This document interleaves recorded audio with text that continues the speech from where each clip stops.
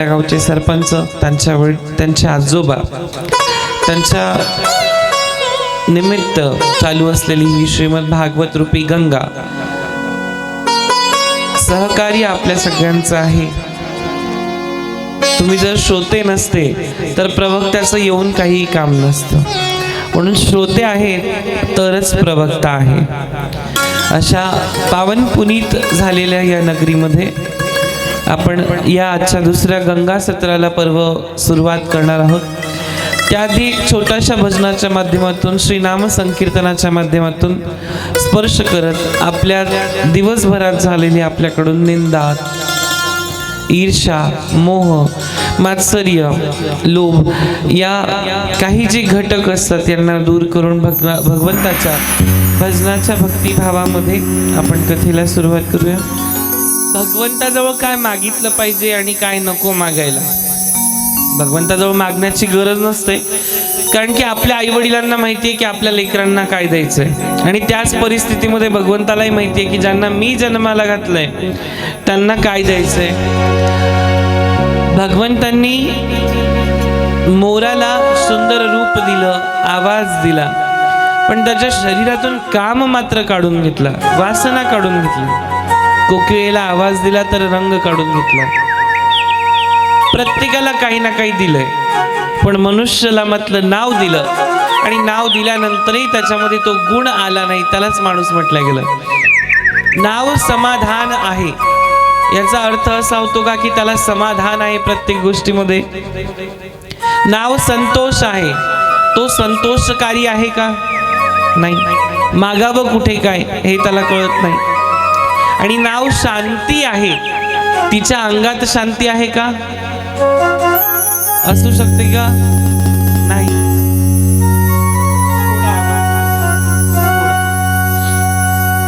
म्हणून महाराज, ज्या ठिकाणी जे उपलब्ध आहे ना तेच मागायला पाहिजे. कारण आपण इतरत्र काही विशिष्ट प्रकारच्या घटना आपल्या आयुष्यात घडतात, आणि म्हणून आपण ज्या ठिकाणी जे उपलब्ध नाहीये तेच मागायला सुरुवात करतो. एकदा एक मनुष्य भगवान श्री हनुमानजींजवळ आला आणि तिथे आराधना करू लागला, बसला. आणि काही काळानंतर हनुमानजी प्रसन्न झाले आणि हनुमानजी त्याला म्हणू लागले की बोल, तुला काय हवंय माझ्याकडून? हनुमानजींना तो म्हणतोय, महाराज माझं 30 वर्ष वय झालंय, पण माझं लग्न अजून काही झालं नाही. कुठे काय मागावं याचं भान असलं पाहिजे. 30 वर्ष माझं वय उलटून गेलंय, पण खूप प्रयत्न करूनही अद्यापि आजपर्यंत माझं लग्न काही होत नाही. तेव्हा महाराज कृपा करून माझं लग्न लावून माझा प्रपंच संसार उभा करून द्या. अरे बिचाऱ्या, त्यांनी स्वतःच लग्न केलं नाही, तो तुझं लग्न लावून देईल का? हनुमानजी कसे आहेत? ब्रह्मचारी आहे. हनुमानजी म्हणतात, अरे मूर्खा, तुला एवढी सुद्धा अक्कल नाही की अरे मी आयुष्यामध्ये लग्न केले नाही, मी ब्रह्मचर्य व्रताचं पालन करत आहे. मला जर ते साध्य झालं असतं तर आजपर्यंत मी एकटा ब्रह्मचारी राहिला असतो का? यावर ते म्हणतात की जरा तू विचार कर आणि प्रभू श्री रामचंद्रांना जाऊन विचार, त्यांची आराधना कर. हा भक्त नाराज होतो आणि प्रभू श्री रामचंद्रांकडे जातो आणि म्हणला की प्रभू, अद्यापि मी अविवाहित जरी आहे, कृपा करून माझा विवाह संपन्न करून द्या. प्रभूंना प्रसन्न करतो, त्यांचे रामरक्षा स्तोत्र म्हणतो, आई भगवतीचं सन्निधी प्राप्त करतो. आणि एवढं सगळं झाल्यानंतर भगवान तथास्तु म्हणून त्याला आशीर्वाद देतात. त्या मुलाचा विवाह संपन्न होतो आणि हे वधूवर आनंदात नांदू लागतात. वर्षामागून वर्ष असे 2-3 वर्ष निघून जातात आणि या जोडप्याला फार सुंदर असं गोंडसं बाळ जन्माला येतं. फार खुशीमध्ये आनंदामध्ये हे जगू लागतात. आणि एका ठिकाणी त्यांच्या गावामध्ये ते जत्रेला जातात आणि दुपारपर्यंत पती आणि पत्नी हे एकमेकांपासून दूर होतात. त्या जत्रेमध्ये हे एकमेकांची सोबत सुटते आणि त्या ठिकाणी पुढे गर्दीत यांची चुकमुक झाली. 2 दिवस त्याने पत्नीचा शोध घेतला, पण पत्नी काही सापडेना महाराज. आणि म्हणून त्यांनी प्रभू श्री रामचंद्रांजवळ जाऊन पुन्हा दावा केला की भगवंता, अशी कशी तुमची जोडी आणि अशी कशी तुम्ही आमची गाठ बांधली की 7 जन्माच्या गाठी होत्या, याच जन्मात 3 वर्षामध्ये सुटल्या आणि माझी पत्नी या जत्रेमध्ये मला सोडून गेली. माझा विवाह आपण संपन्न झाला, पण आता माझी पत्नी या यात्रेत चुकलेली आहे, अजूनही शोधून सापडत नाही. तेव्हा माझ्यावर दया करा आणि माझ्या पत्नीचा शोध लावून द्या. तेव्हा प्रभू श्री रामचंद्र रागात येऊन म्हणतायत की अरे मूर्खा, हे जर मला जमलं असतं तर मी सीतेचा शोध घेण्यासाठी हनुमंताला कशाला बरं पाठवलं असतं. जा, हे काम हनुमानजींकडून होईल. तात्पर्य असं आहे की जोपर्यंत आपल्याला ही सद्बुद्धी कळत नाही की आपल्या आयुष्यामध्ये आपण भगवंताला कोणत्या ठिकाणी काय मागतोय, हे जेव्हा आपल्याला कळतं तेव्हा वेळ निघून गेलेली असते. याईमध्ये विशेष आहे की लोक कुठे काय बोलतील, कुठे काय मागतील याचा भरोसाच नाहीये. म्हणून भगवंताचं सानिध्य प्राप्त करून घेणं फार गरजेचं आहे. काल आपण फार सुंदर सुंदर कथा ऐकली की ज्यामध्ये गजेंद्र, ध्रुव यांना रामदास स्वामींचे लिहिलेले बोध येते आणि त्याही मध्ये ते म्हणतात की लहानपणी जो परमार्थामध्ये जातो तो परमार्थ कधीच खोटा ठरू शकत नाही. कारण परमार्थामध्ये खोटी भक्ती केली तर देवही आपल्याला खोटं ठरवतो, हेही तेवढंच त्रिकाला बाधित सत्य आहे. आणि म्हणून ते म्हणतात की एका सुंदर अशा गावामध्ये एक श्रीमंत गृहस्थ शेती, धन, धान्य यांच्या सोबत आपलं जीवन जगत होता, सुखामध्ये नांदत होता.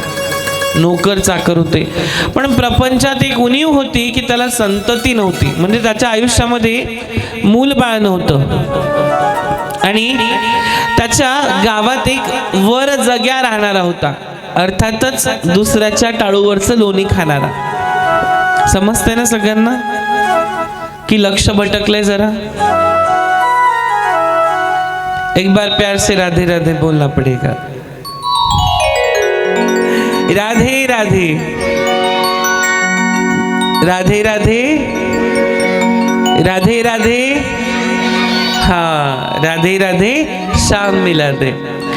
महाराज, हा जो दुसऱ्याच्या डोक्यावरचं लोणी खाणारा होता, अर्थातच यानं कधीच आपल्या आयुष्यामध्ये कमाई केलेली नाही. हा फक्त दुसऱ्याच्या घरातलंच लोणी खायचं, वर जग्या म्हणतात अशा लोकांना. आणि कुणाच्याही घरी मंडळी जेवायला बसली याने दारातून आवाज द्यायचा, डोकवायचं आणि म्हणायचं काय चाललंय, बरं आहे का. आणि मग सहज त्या मंडळींनी जर म्हटलं की या जेवायला, यांनी कसलीही लाज न बाळगता त्यांनी म्हणायचं की या जेवायला, हा बसलाच पाहिजे, आलोच. हा लागलीच जेवायला बसायचा. आणि एक दिवस त्या श्रीमंताच्या घरी नेमकं दुपारी हा अगदी मध्यान्ह काळाच्या वेळात गेला, म्हणजे 12 वाजता. आणि दारातून म्हणतो काय चाललंय श्रीमंत, बरोबर आहेत का सगळं. श्रीमंत म्हणतोय जेवतोय ना, या जेवायला. हे फक्त म्हणतात की या जेवायला, तर ते लगेच त्यांच्या शेजारी जाऊन हा बसला, हा वर जग्या माणूस. आणि महाराज, ते दोघं असल्यामुळे बेत अगदी बरा असायचा. म्हणजे दोघं पती पत्नीच होते, तर थोडाफारच स्वयंपाक आणि एकदम सुंदर छान. आणि त्यांनी विचार केला की रोज एकाच्या दाराला जाण्यापेक्षा याच ठिकाणी रोज आपण येत जाऊ. हा जो वर जग्या आहे ना, याने विचार केला की असं केल्याने काय होतं. हा रोज तिथं जाऊन जेवण करायचा. आणि असं एक आठवडा चाललं. शेवटी ती जी मालकीण बाई होती, हिला या गोष्टीचा फार कंटाळा आला आणि हिनं यावर काहीतरी उपाय शोधलाच पाहिजे. म्हणून त्यांना असा विचार केला की परमार्थ, बघा ही कथा काय आहे ते समजून घेणं गरजेचं आहे. जेव्हा हे दोघं पती पत्नी आता विचार करतायत की आपल्याला काही ना काहीतरी उपाय केला पाहिजे, आणि यांनी पुरणपोळ्यांचा स्वयंपाक बनवायचा. आणि आम्ही अगोदर जेवायला बसल्यानंतर मी अगोदर विचारीन की आमटीत मीठ का टाकलं नाही, असं तिचा पती तिला सांगतोय की मी तुला असं विचारेल. आमटी आळणी का झाली, तर मी उगीच खोटं बोलून लटके लटके तुमच्याशी भांडण करेल आणि तुला मारण्यासाठी धावून येईल.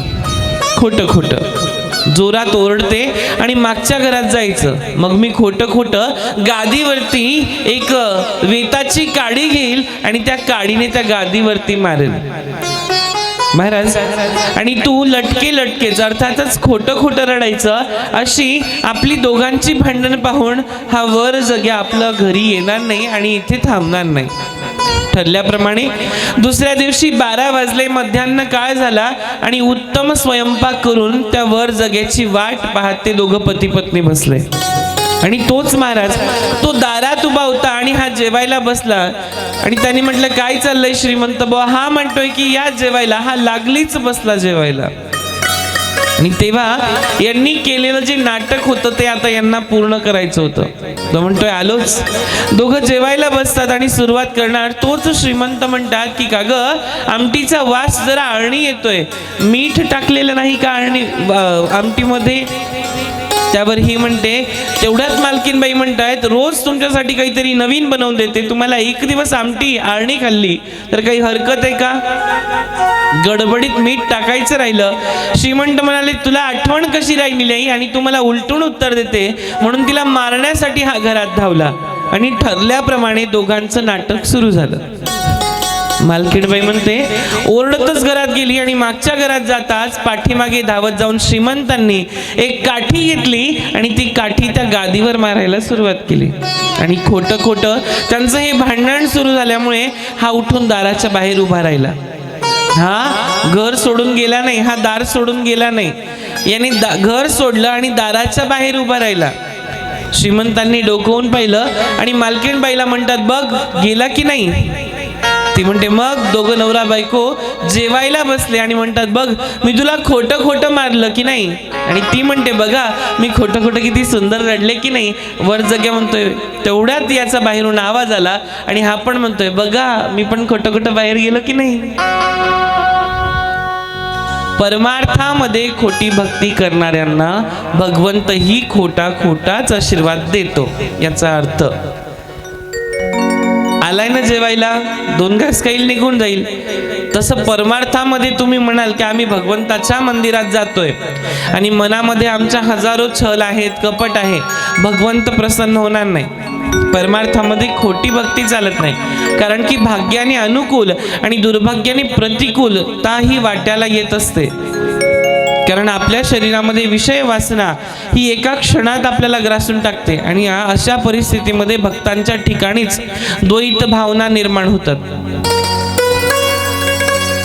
म्हणून कधी परमार्थामध्ये खोटी भक्ती करू नका. तुका म्हणे काळ हाने तोंडावरी. तुकोबारायांचे फार सुंदर अभंग आहेत आणि त्यामध्ये म्हणतात, एक जावई सहज अधिक मासानिमित्त जेवणासाठी सासरवाडीला गेला. या कथेचे उद्देश फार सुंदर आहेत मायबाप. तुकोबाराय म्हणतायत, तुका म्हणे काळ हाना तोंडावरी. एकदा एक जावई सहज अधिक मासानिमित्त जेवणासाठी सासरवाडीला गेला. पण त्याचे सासू सासरे स्वभावाने इतके सुंदर होते आणि परिस्थितीने अत्यंत गरीब होते. मोलमजुरी करून आपला उदरनिर्वाह करायचं आणि एवढ्याच ठिकाणी काय की परिस्थिती नसताना देखील आपल्या जावयाला मिष्ठान्न भोजन, म्हणजे जे रोज तुम्ही आमच्यासाठी बनवतात की नाही, एकदम गोडधोड मस्त, म्हणून महाराज लोक चांगलेच फुगतात. असतात काही महाराज लोक, है की नाही? महाराज या जावयाला मिष्टान्न भोजन दिलं आणि शिवाय पूर्ण पोशाख म्हणजेच नवीन सुंदर सुंदर कपडेही घालायला दिले. आणि आता हे सर्व झाल्यानंतर त्याने आपल्या घरी परत जावं की नाही, तर सासरवाडीला हा 6 महिने झाले थांबला आणि तरी गावाकडे जायचं काही नाव काढेना. या अशा परिस्थितीमुळे सासू सासरे यांची रोज उठबशाला हा कंटाळले सासू सासरे आणि त्यांची स्वतःची खायची पंचायत. मग रोज याला कुठून खाऊ घालणार? एक दिवशी सासरे जेवायला म्हणले, जेवाई बापू गावाकडे काही भांडण वगैरे तर नाही झालेलं ना तुमचं? सासरा म्हणतोय, गावात काही प्रॉब्लेम तर नाही ना? आई वडिलांकडे काही टेन्शन तर नाही ना? जावाई म्हणतोय, नाही काहीच हरकत नाही, काहीच प्रॉब्लेम नाही, तुम्ही रुसून तर नाही आलेत ना, आमच्याकडे काहीच प्रॉब्लेम. जावाई म्हणतोय, तसं काहीच झालेलं नाहीये आणि तर तुमच्या गावाकडे वाट पाहत असतील, तुमच्या घरातली माणसं तुमची काळजी करत असतील. जावाई म्हणतोय, तसं कुणी वाट बघत नाही, माझी काळजी करणारं कुणी सुद्धा नाहीये आणि त्यांना माझं टेन्शन नाहीये. तुम्हाला याचं तसं लय वाईट वाटत असेल तर एखादं पत्र लिहूनच त्या मंडळींना इकडे बोलवून घ्या. आधीच या दोघांची खायची मारामार, तिच्यात हे तिसरं येऊन बसलेलं आहे आणि आता हा म्हणतोय की अजून तुम्ही त्यांना पत्र पाठवून गावाकडे तिकडनं इकडे बोलवून घ्या. म्हणजे आपल्याला त्यांची खुशाली कळेल. आणि नंतर त्याच्या सासऱ्यांनी असा विचार केला की आता हा जावई सहजासहजी काही घर सोडणार नाही, काहीतरी उपाय केला गेला पाहिजे. त्यांनी एक युक्ती केली आणि म्हातारीला सांगितलं की आम्ही जेवायला बसलो की मी तुला काहीही बोललो तरी तू मला माघारी बोलायचं, म्हणजे उलटून उत्तर द्यायचं. उभ्या आयुष्यात कधी याने म्हातारीने याला कधी उत्तर दिलेलं नाही आणि या परिस्थितीमध्ये आता म्हातारी याला उलट उत्तर देणार आहे. ते म्हणतायत तुला मी मारायला धावणार आणि तू दिवा चिमणी बंद करायची. पहिली चिमण्या होत्या की नाही, एक रॉकेलाची बाटली त्याच्यात वाहत असायची, ती चिमणी तू बंद करायची आणि विझवून तिथून निघून जायचं. आणि असं करत यांनी रात्र झाली, जेवायला बसले आणि तेवढ्यात म्हातारा म्हणतोय की भाजी जरा आळणी झालीये, मीठ टाकलं नाही का? तेवढ्यात म्हातारी म्हणते खायची अक्कल नाही का, मीठ ताटात वाढलेलं आहे, तिथून घेऊन घ्या. म्हातारा संतापतो आणि गुपचूप जेवा. म्हातारपणी लय चव तुम्हाला तुमच्या तोंडाला यायला लागली म्हणून तिला बोलू लागतो. आणि महाराज मला माघारी आणि उलटून उत्तर देते असं म्हणत म्हाताऱ्याने म्हातारीला मारण्यासाठी हातात काठी घेतली. आणि जेव्हा काठी टाकली महाराज, जशी काठी बसली तशी जावयाच्या कमरात. जावाई विचार करू लागला मामाजी सोळा. म्हातारीनं हातातला दिवा घेतला, विझवून टाकला, बाहेर पळून गेली आणि म्हातारा अंधारात गेला आणि जावयाची देत दनादन धुलाई केली. म्हाताऱ्यांनी जावयाला धरून मारायला सुरुवात केली. जावई म्हणतोय मामा मारू नका. सासरा म्हणतोय जावई तुम्ही नवरा बायकोंच्या भांडणात येऊ नका. सासरा म्हणतो जावईच नाही तर जावयाचा बाप जरी आला तरी म्हातारीला सोडणार नाही. आणि असा हाणून लावला. जावई आजपर्यंत कधी गेलाय माहेराला तर परत कधी सासरवाडीला आलाच नाही. याचा अर्थ असा आहे, आपण ज्या ठिकाणी रमतो त्या ठिकाणी भगवंताच्या भक्तीमध्ये जर सानिध्य प्राप्त झालेलं आहे. तुका म्हणे काळ हाने तोंडावरी, जोपर्यंत आपल्या गळ्याभोवती फाशी येत नाही तोपर्यंत आपल्याला भगवंताचं नामस्मरण काय हे समजत नाही. तुका म्हणे काळ हाने तोंडावरी, मग तोपर्यंत भक्ती करायची नाही का की जोपर्यंत आपल्यावरती संकट येणार आहेत. इथे कुणीच कुणाचं नाहीये हे आपल्याला सगळ्यांना माहिती आहे. कारण भक्ती भगवंत गुरु चतुर्नाम वपू एक, भक्ती करायची आहे, भगवंताचं नामस्मरण करायचंय. या लहान लेकरांना धर्माचं आचरण शिकवायचंय.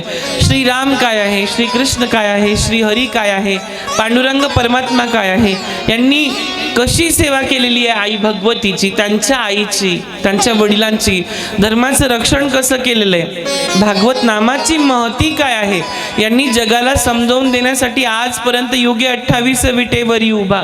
पांडुरंग परमात्मा युग 28 झाली त्या विटेवरती उभा आहे. का? फक्त आपल्या एका भक्ताच्या साठी. कारण की त्याने आपल्या आई वडिलांची सेवा केली, धर्म टिकवला, धर्माला जाणून बुजून कोणती हानी नाही केली. पण आपण त्या नामाची महती नाही जाणत आणि आपल्याला आयुष्यभर माहिती, आपण जुवा, जुगार, पत्ता, व्यसन, फॅशन, नशा या गोष्टींमध्ये जात असतो. आपण दारू पितो आणि दारू पिल्यानंतर आपल्याला असं वाटतं की आमच्या आयुष्यामध्ये दारू म्हणजे सर्वस्व आहे. दारू म्हणजे सर्वस्व नाही आहे महाराज. दारू पिणाऱ्या लोकांचे ना फार कठीण हाल झालेले असतात आणि यांना असं वाटतं की आमच्या आयुष्यामध्ये दारू म्हणजे खूप काही सुखाचे क्षण आहे. पण काहीच नाही. दारू पिणारा माणूस आहे ना 3 प्रकारचा असतो. पहिले तर तो वाघ होतो, नंतर तो पोपट होतो आणि नंतर तो डुक्कर होतो. कसं माहितीये का? हा, याच्या पोटात काय ती पडली थोडीफार भवानी है ना, चाराण्याची प्यायची आणि बाराण्याची दाखवायची. याच्या पोटामध्ये ती भवानी पडली म्हणजे याने दारू पिली की याला असं वाटतं की माझ्यापेक्षा कोणीच नाही. पण विषय असा असतो की लोक स्वतःच्या इज्जतीला घाबरतात. याला इज्जत नाहीये हा विषय विसरलेला आहे. कारण की त्यांनी स्वतः दारू पिल्यामुळे स्वतःच्या पत्नीचं, मुलींचं, मुलांचं, आपल्या भाऊंचं, आपल्या आईचं, वडिलांचं आयुष्य उद्ध्वस्त केलेलं आहे. कारण की दारू पिणाऱ्या माणसाच्या मागे फक्त एकटा त्याचा सत्यानाश नाही होत तर संपूर्ण कुळाच्या, परिवारातल्या लोकांच्या मनामध्ये त्याच्याविषयी तिरस्कार आणि त्याच्याविषयी घृणा निर्माण होते की हा दारू पितोय. आणि अशा परिस्थितीमध्ये पित असताना हा माणूस 3 प्रकारचा होतोय. हा दारू पिल्यानंतर कुणालाच घाबरत नाही, स्वतःच्या बापाला सुद्धा नाही घाबरत. हा वाघासमोर त्याच्या समोर चालतो, बापासमोर. मग आमदार खासदार मंत्री जरी आला तरी हा त्याच्या समोर जाऊन उभा राहतो आणि पोपट्यासारखा नंतर बोलायला लागतो. आणि जेव्हा ती पोटातून डोक्यात शिरते तेव्हा मग हा गाटारीमध्ये लोळायला लागतो, तेव्हा हा डुक्कर बनतो. या अशा परिस्थितीतून जर आपल्या या तरुण पिढीला किंवा या लेकरांना जर शिकवायचं आहे की दारू हे व्यसन जर गावात जरी असलं तरी त्या मार्गाने सुद्धा जाऊ नये. कारण की 10 श्रीमंतांसोबत एक गरीब जेव्हा राहतो ना तेव्हा तो सुद्धा श्रीमंत होतो, आणि 10 बेवड्यांसोबत एक चांगला जरी जातो ना तेव्हा हा सुद्धा बेवडाच होतो. म्हणून हे जे दारुडे आहेत ना, नशा करणारे आहेत ना, यांच्यापासून लांबच राहायचं. कारण त्यांनी स्वतःचा तर सत्यानाश केलेलाच आहे, पण भागवत नामाची महती आपल्या परिवारात सुद्धा ते येऊ देत नाही. एवढी नेगेटिव्ह नकारात्मक ऊर्जा त्यांच्यामध्ये. दारूचा विषय तर दूर राहिला महाराज, पण फॅशन आहे, ट्रेडिशन आहे, ट्रेंडिंग आहे, हे विषय आपल्या आयुष्यात फार महत्त्वाचे. आणि जोपर्यंत आपण हे विषय आपल्या आयुष्यातून आपला आता 60-70 वर्षात तुम्ही कथा ऐकायला सुरुवात केली आहे, तर याचा अर्थ असं नाहीये की तुम्हाला लगेच परमात्मा भेटणार आहे, कृष्ण दर्शन देणारे आणि म्हणणारे तुला अमरतत्वाचं वरदान पाहिजे का, असं तर काही होणार नाही. ती पाप आहेत, त्याची कर्मफळं तर भोगावी लागतील ना. म्हणून नाम फार महत्वाचं आहे. आणि भगवंताला ना ताजी फुलं आवडतात, बाशी फुलं आवडत नाहीत. कळतंय का? तुम्ही भगवंताला झेंडूची, गुलाबाची, जास्वंदाची जी फुलं वाहतात ती ताजी फुलं वाहतात की नाही? शिळी फुलं वाहतात का? मग ही जी लेकरं आहेत ना, हे जे पोरी आहेत ना लहान, हे म्हणजे ताजे फुलं आहेत भगवंताजवळ, भगवंताच्या हृदयाशी आणि चरणाशी लागणारे.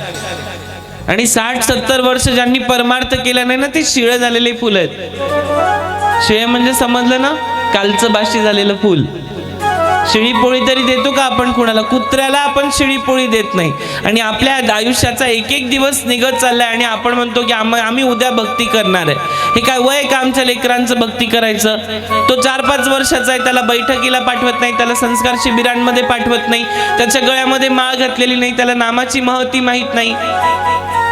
आणि अशा परिस्थितीमध्ये आपण म्हणतो की आमचा मुलगा योग्य वयात आल्यानंतर आमचा सांभाळ करेल. हा भ्रम आहे तुमचा.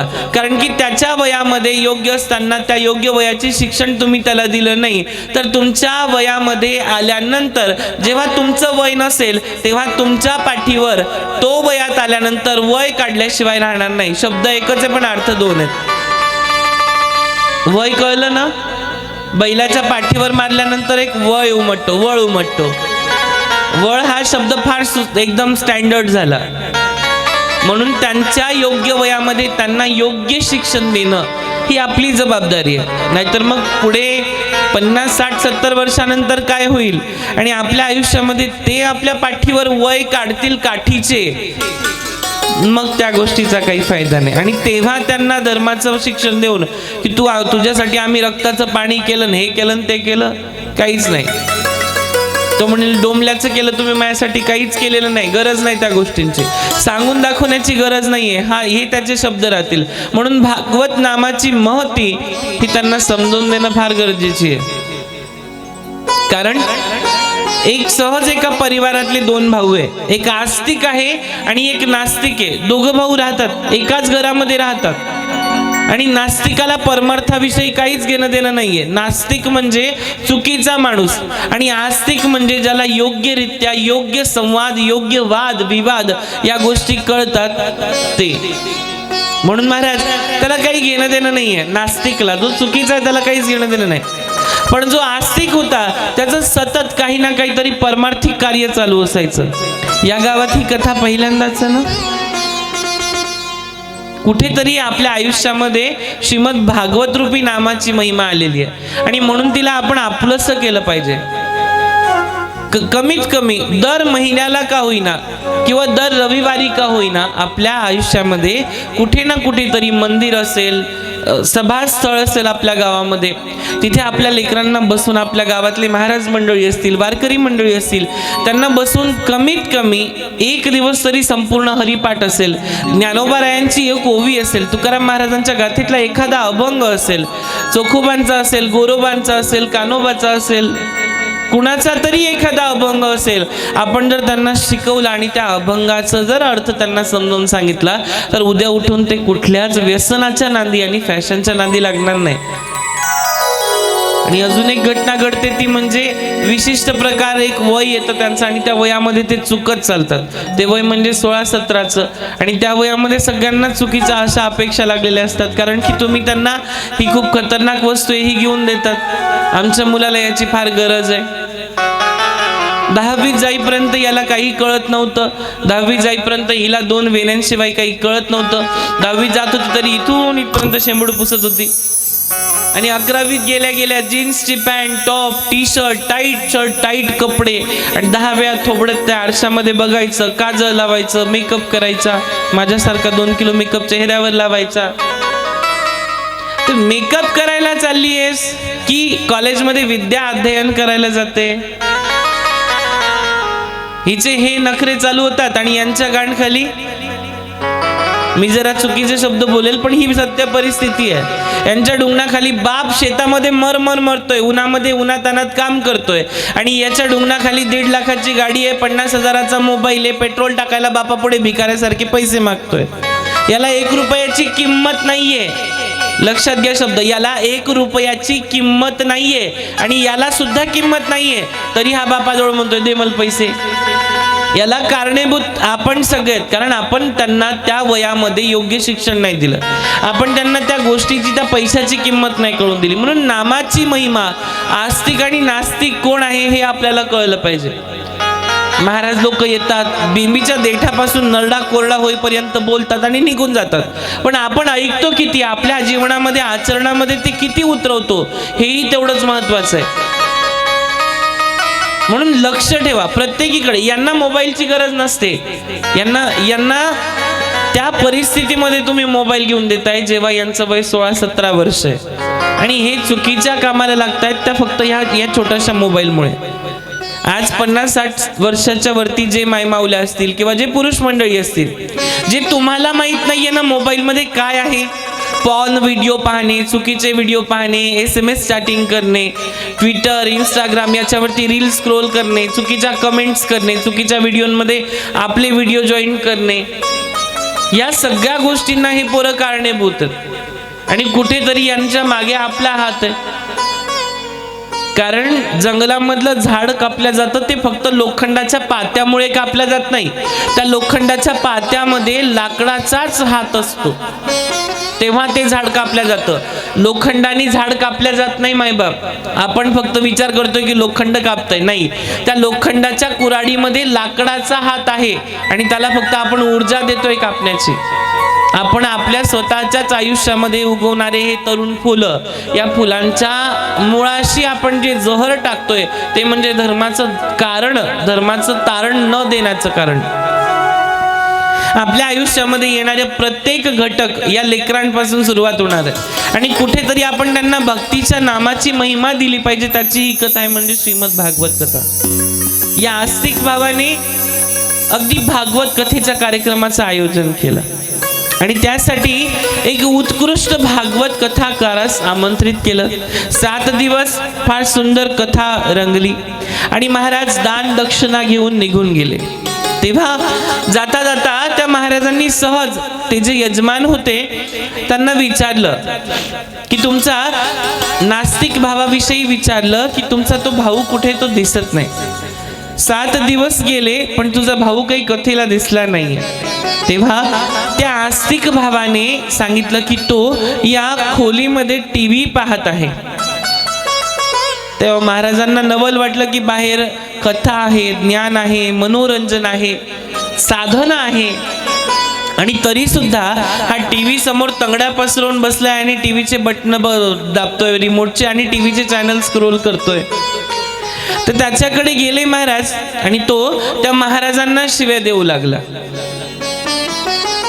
तो म्हणतोय माझ्याकडे कशाला आले, तुमचं काय काम, काही काम असेल तर आपण लगेच निघून जाऊ.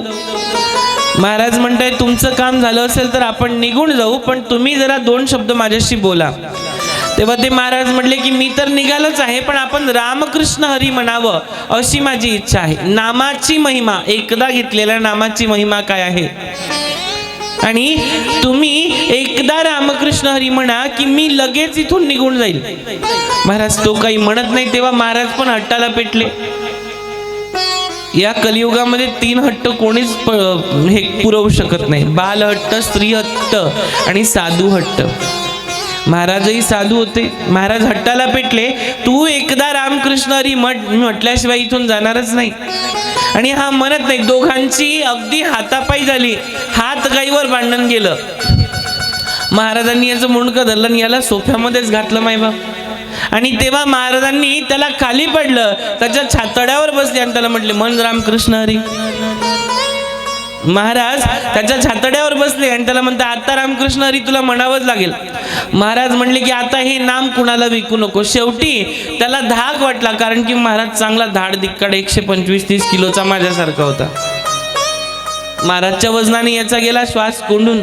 यांनी एकदा रामकृष्ण हरी म्हटलं आणि तेव्हा महाराजांनी त्याला सांगितलं की कुणालाही ही नाम तू आता विकायचं नाही.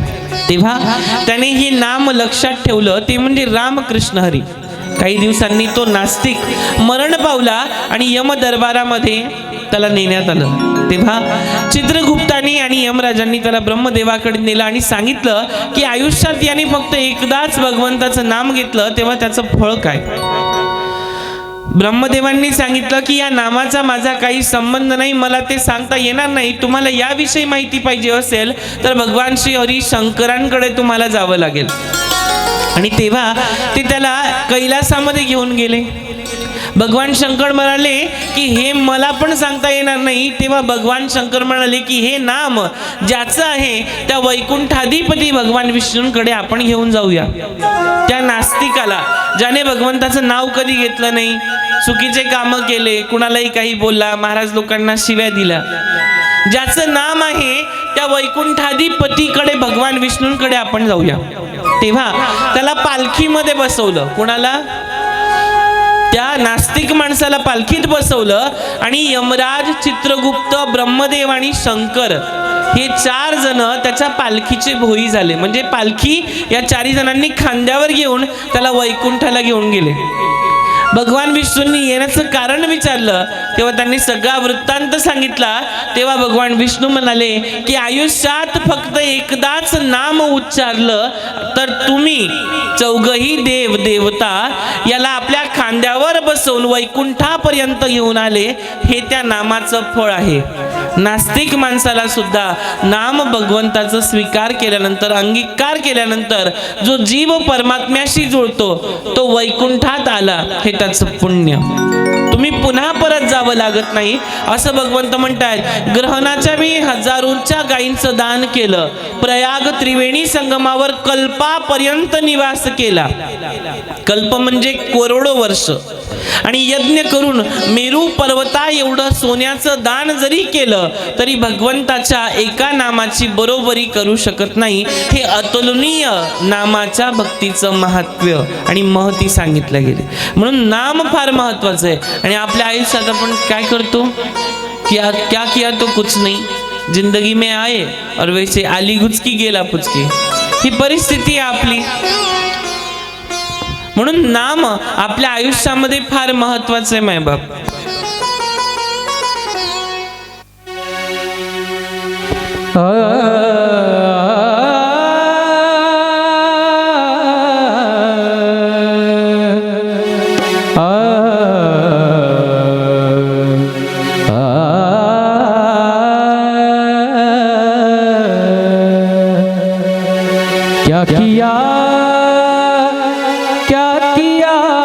क्या किया रे,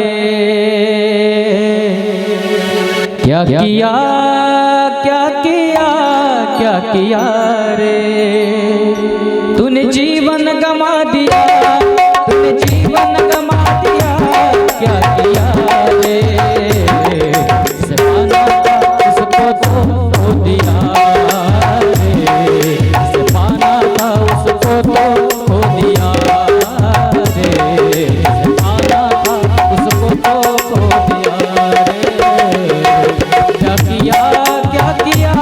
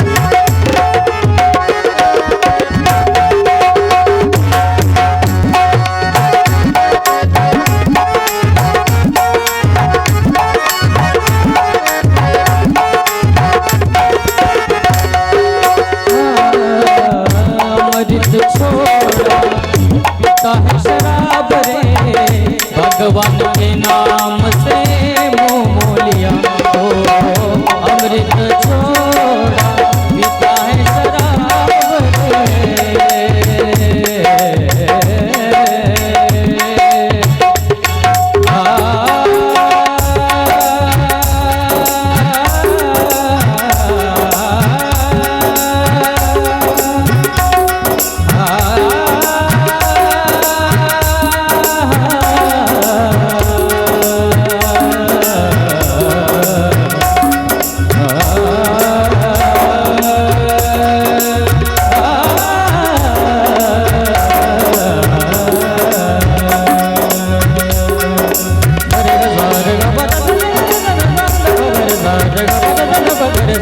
अमृत छोड़ा पीता है शराब रे, भगवान के नाम से मोह लिया, किया क्या किया रे,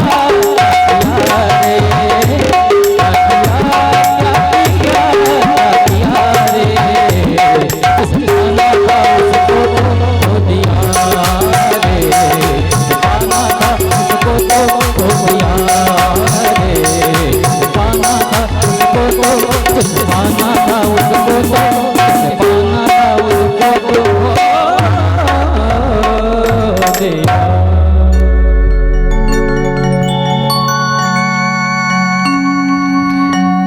श्रीमद भागवत कथा कुठे, कशी, कधी, केव्हा, का सुरू झाली यात प्रथमतः देवर्षी नारद आणि भक्तिमाता यांची भेट होते आणि त्या भेटीमध्ये कृष्ण नारायणम वंदे, कृष्णम नारायणम वंदे, कृष्णम वंदे जगत व्रजप्रियम, कृष्ण द्वैपायनम वंदे, कृष्ण वंदे पृथासुतम.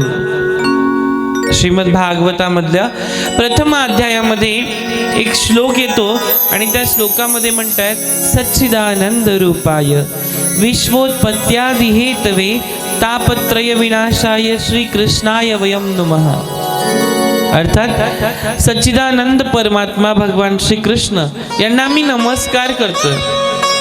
जगाची उत्पत्ती, स्थिती आणि विनाश, आध्यात्मिक, आदि दैविक आणि आदि भौतिक या तीन प्रकारचा ते नाश करणं, या तीन प्रकारच्या तापांचा ते नाश करणारे आहेत. पण तरी सुद्धा आम्हाला जेव्हा ज्या समयी ज्या वेळेला श्री शुकदेव मुनी महाराजांचं यज्ञोपवीत संस्कारही नव्हतं झालेलं, तेव्हा लौकिक आणि वैदिक कर्मांच्या अनुष्ठानावर ते नव्हते, तेव्हा एकटेच जन्माला आल्यानंतर संन्यास घेऊन ते जंगलाच्या मार्गाने निघून गेले. आणि तेव्हा ही दशा पाहत असताना त्यांचे पिताजी अर्थातच त्यांचे वडील श्री वेदव्यासजी महाराज त्या भावनेने विरह झाले, विरह अग्नीमध्ये जळू लागले.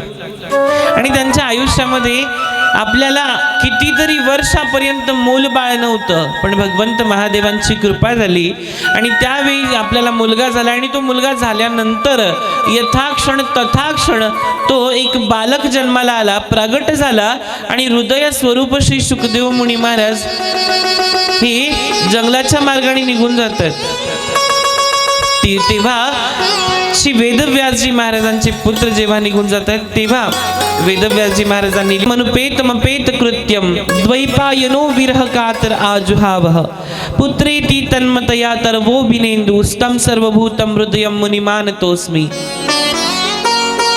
त्यांच्या मनामध्ये ती पीडा व्हायला लागली आहे की माझा मुलगा जन्माला आला आणि लगेच निघून गेलाय, कारण की हाच मुलगा पुढे चालून पांडवांच्या कुळामध्ये जन्मलेल्या राजा परीक्षितीला श्रीमद भागवत कथा सांगणार आहे. आणि ते म्हणताय की नैमिष सूत मासी नाम विवाद्य महामतिम. महाराज एक वेळा श्री भागवत कथामृताचं रसास्वादन करण्यामुळे कुशल मुनीवर शौनकाजींनी नैमिषारण्यामध्ये श्री क्षेत्र सूतजींना नमस्कार करून त्यांना हा प्रश्न विचारला होता. भक्ती, ज्ञान, वैराग्य आपल्या आयुष्यात, मी थोड्या वेळापूर्वीच बोललो, जोपर्यंत आपल्या गळ्याला फाशी लागत नाही तोपर्यंत आपल्या आयुष्यामध्ये आपण भगवंताचं नाम स्मरण करत नाही.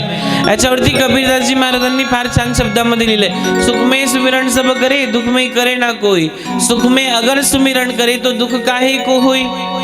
आपण आयुष्यभर आपल्या आयुष्यात जगत असताना एकच गोष्ट घेऊन चालतो, माझ्याकडे किती आहे, मी किती कमवणार आहे, मी किती कमवून ठेवणार आहे, माझ्या मुलांना किती वाटण्याचा हिस्सा कसा देणार आहे.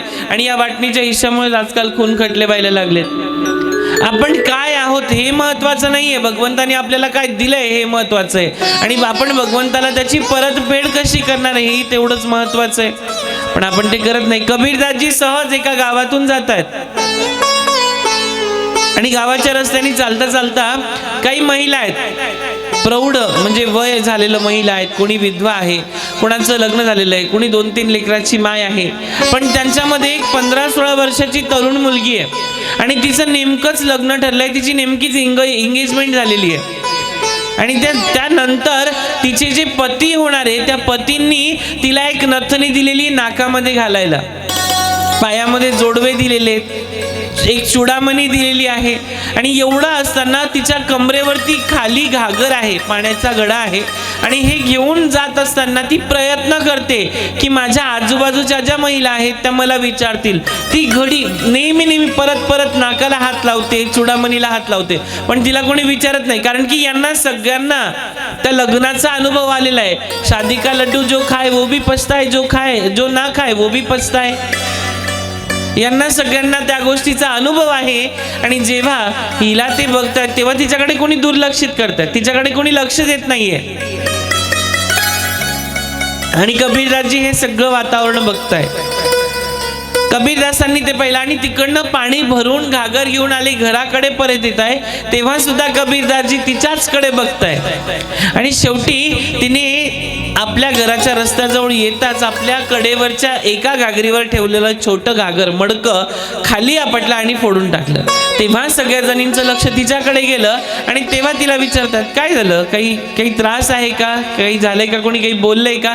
तेव्हा ती परत नाकाला हात लावते आणि म्हणते घडा फुटला सगळ्यांनी विचारलं, पण सोन्याची नथ नाकात आहे कोणी विचारलं का, नाही विचारलं. यावरती कबीरदासांनी एक सुंदर असा दोहा लिहिला.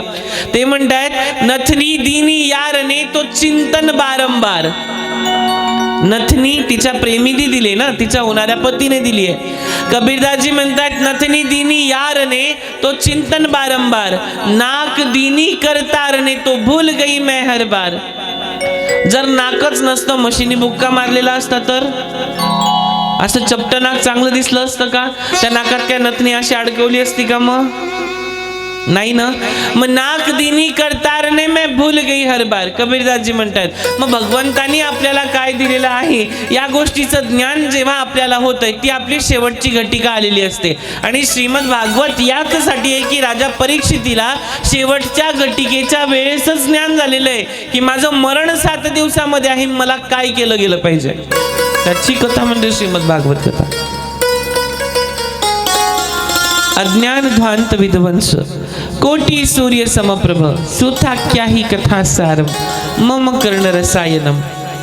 शौनकजी म्हणतात सूतजी तुमचं ज्ञान अज्ञान अंधकाराचा नाश करणार आहे, करोडो सूर्यांच्या समान आहे आणि आमच्या कानांना अगदी पियुष रसा समान आहे.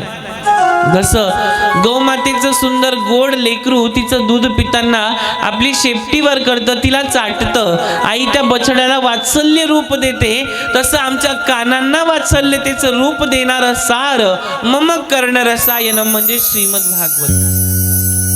भक्ती ज्ञान विराग गापतो विवेको वर्धते महान. भक्ती कधी येते कधी येणार आहे हा विषय जोपर्यंत आपल्या आयुष्यात येत नाही तोपर्यंत आपल्याला भक्ती ज्ञान आणि वैराग्य हे कधीच मिळत नाही. सूतजींना ते जे शौनकादी ऋषी ना ते बसलेले आहेत. शौनकादी ऋषी म्हणजे शौनक नावाचे एक ऋषी आहे, त्यांचं वय 88,000 लाखो वर्षाच्या वरती आहे. आणि त्या ठिकाणी टोटल मोजून 88,000 ऋषीगण बसलेले आहेत कथा ऐकण्यासाठी. आणि जे सूतजी कथा सांगताय त्यांचं वय 45-50 वर्ष आहे. म्हणून या सगळ्या ऋषींनी त्यांना नाव दिले शौनकादी ऋषी म्हणजे शौनक आणि सर्व ऋषी. ते म्हणतायत, सूतजी तुम्ही असं शाश्वत काहीतरी साधन सांगा की जे जेणेकरून कल्याणकारी तथा पवित्र आणि कानांना रस देणारं आणि भगवान श्रीकृष्णांची प्राप्ती करून देणारं असेल. ते म्हणतायत, चिंतामणी लोक सुखम सुरद्रू स्वर्ग संपादम.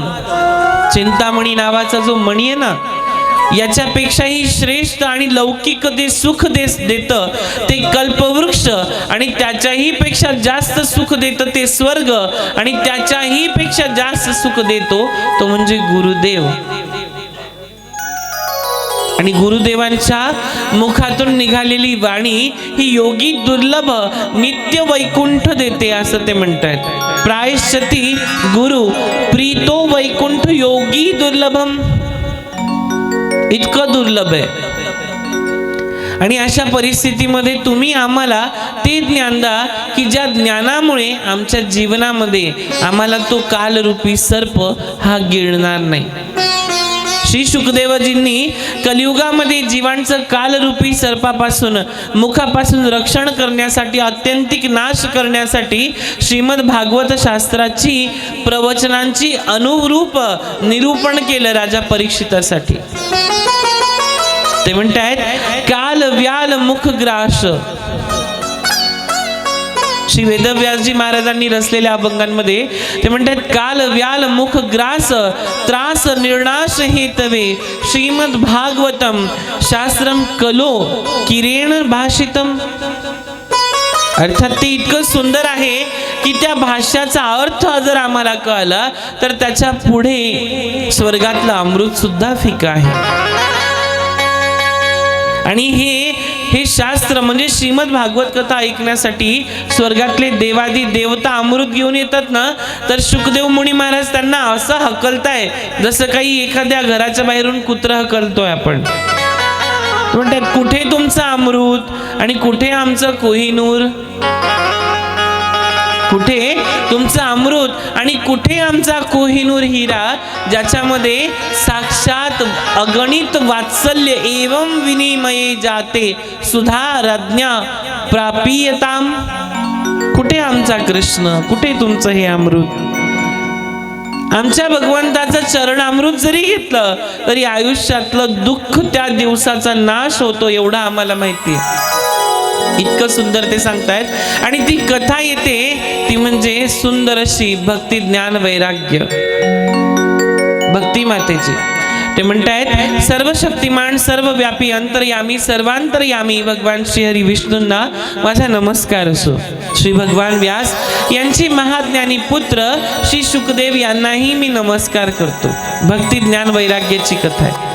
आणि ते लहानपणातच अत्यंत विरक्त होते. शुकदेव मुनींना म्हणतायत ते की शुकदेव महाराज लहानपणामध्ये विरक्त होते, देवाचं नामचिंतन करत होते.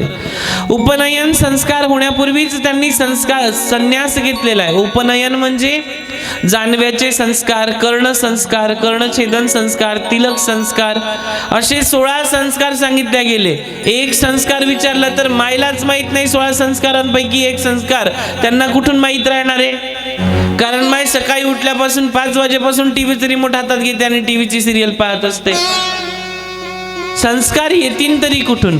आपल्या आयुष्यामध्ये भावभक्तीची जी काळोख आज पसरलाय त्याला कारणीभूत आपण आहोत. 16 संस्कारांमध्ये फार निपुणता दाखवण्यात आली. आणि ते म्हणतात, संन्यास त्यांनी आपल्या आयुष्यामध्ये लहानपणीच पत्कारला. व्यास ऋषी हे ज्ञानी खरे, पण आपला तेजस्वी बालक एकाएकी घरातून निघून चालला आणि वडिलांचं हृदय त्यांना ते राहावे ना, ते विचारतात की बाळा तू कुठे निघालायस. अभावितपणे प्रश्न मुखावाटे बाहेर पडला, पण शुकदेव मुनी देहभानावर होते कुठे. आणि त्यांच्या कानावर व्यासांचा प्रश्न पडला असेल, पण आत शिरला नाही, आत गेलाच नाही, कारण की भगवंताचं नाम मुखामध्ये होतं. बुद्धी चिंता फक्त नामाची होती. एक नाही आणि दोन नाही, सरळ जंगलाच्या दिशेने ब्रह्मभाव फक्त केवलत्व तदाकार असे श्री शुकदेव मुनी महाराज मनुष्य खरे, पण देवत्व त्यांना प्राप्त झालेलं होतं आपल्या ज्ञानोबारायांसारखं. अगदी निरागस 15-16 वर्षाचे ज्ञानोबाराय, आणि त्या अवस्थेमध्ये आपल्या जगाच्या कल्याणासाठी स्वतःच कल्याणाचा विचार नाही केला, निरागस 15-16 वर्षाचे ज्ञानोबा आहे, ज्यांनी ज्ञानेश्वरी सारखा ग्रंथ ज्ञानराज आपल्या समोर उभा करून ठेवला, पण तरी आपण त्याच्यातली एक ओवी, त्या ओवीचा एक अर्धा शब्द तो सुद्धा नाही वाचत. शोकांतिका आहे आपल्या आयुष्यामध्ये, फार मोठी शोकांतिका आहे. कारण मुसलमान धर्मामध्ये त्यांचे लेकरं जरी ते 3 वर्षाचं कार्टून असलं तरी सुद्धा जेव्हा अजाण होते तेव्हा त्याची आई त्याला उठवते सकाळी 5 वाजता आणि म्हणते मदरसामध्ये मस्जिदमध्ये वेळ झाली, तुला जायचंय. आणि आपला 22 वर्षाचा घोडा उलट्या तंगड्या करून पडलेला आहे, मायबाप काही बोलत नाही, चहा घेऊन जातात, पाववाला बाहेर येतो, पाववाला, तेव्हा याच्यात ऊन पडलं याच्या अंगावर की तेव्हा हा उठतोय. शब्द खूप आहेत पण बोलू नाही शकत, मर्यादा आहे.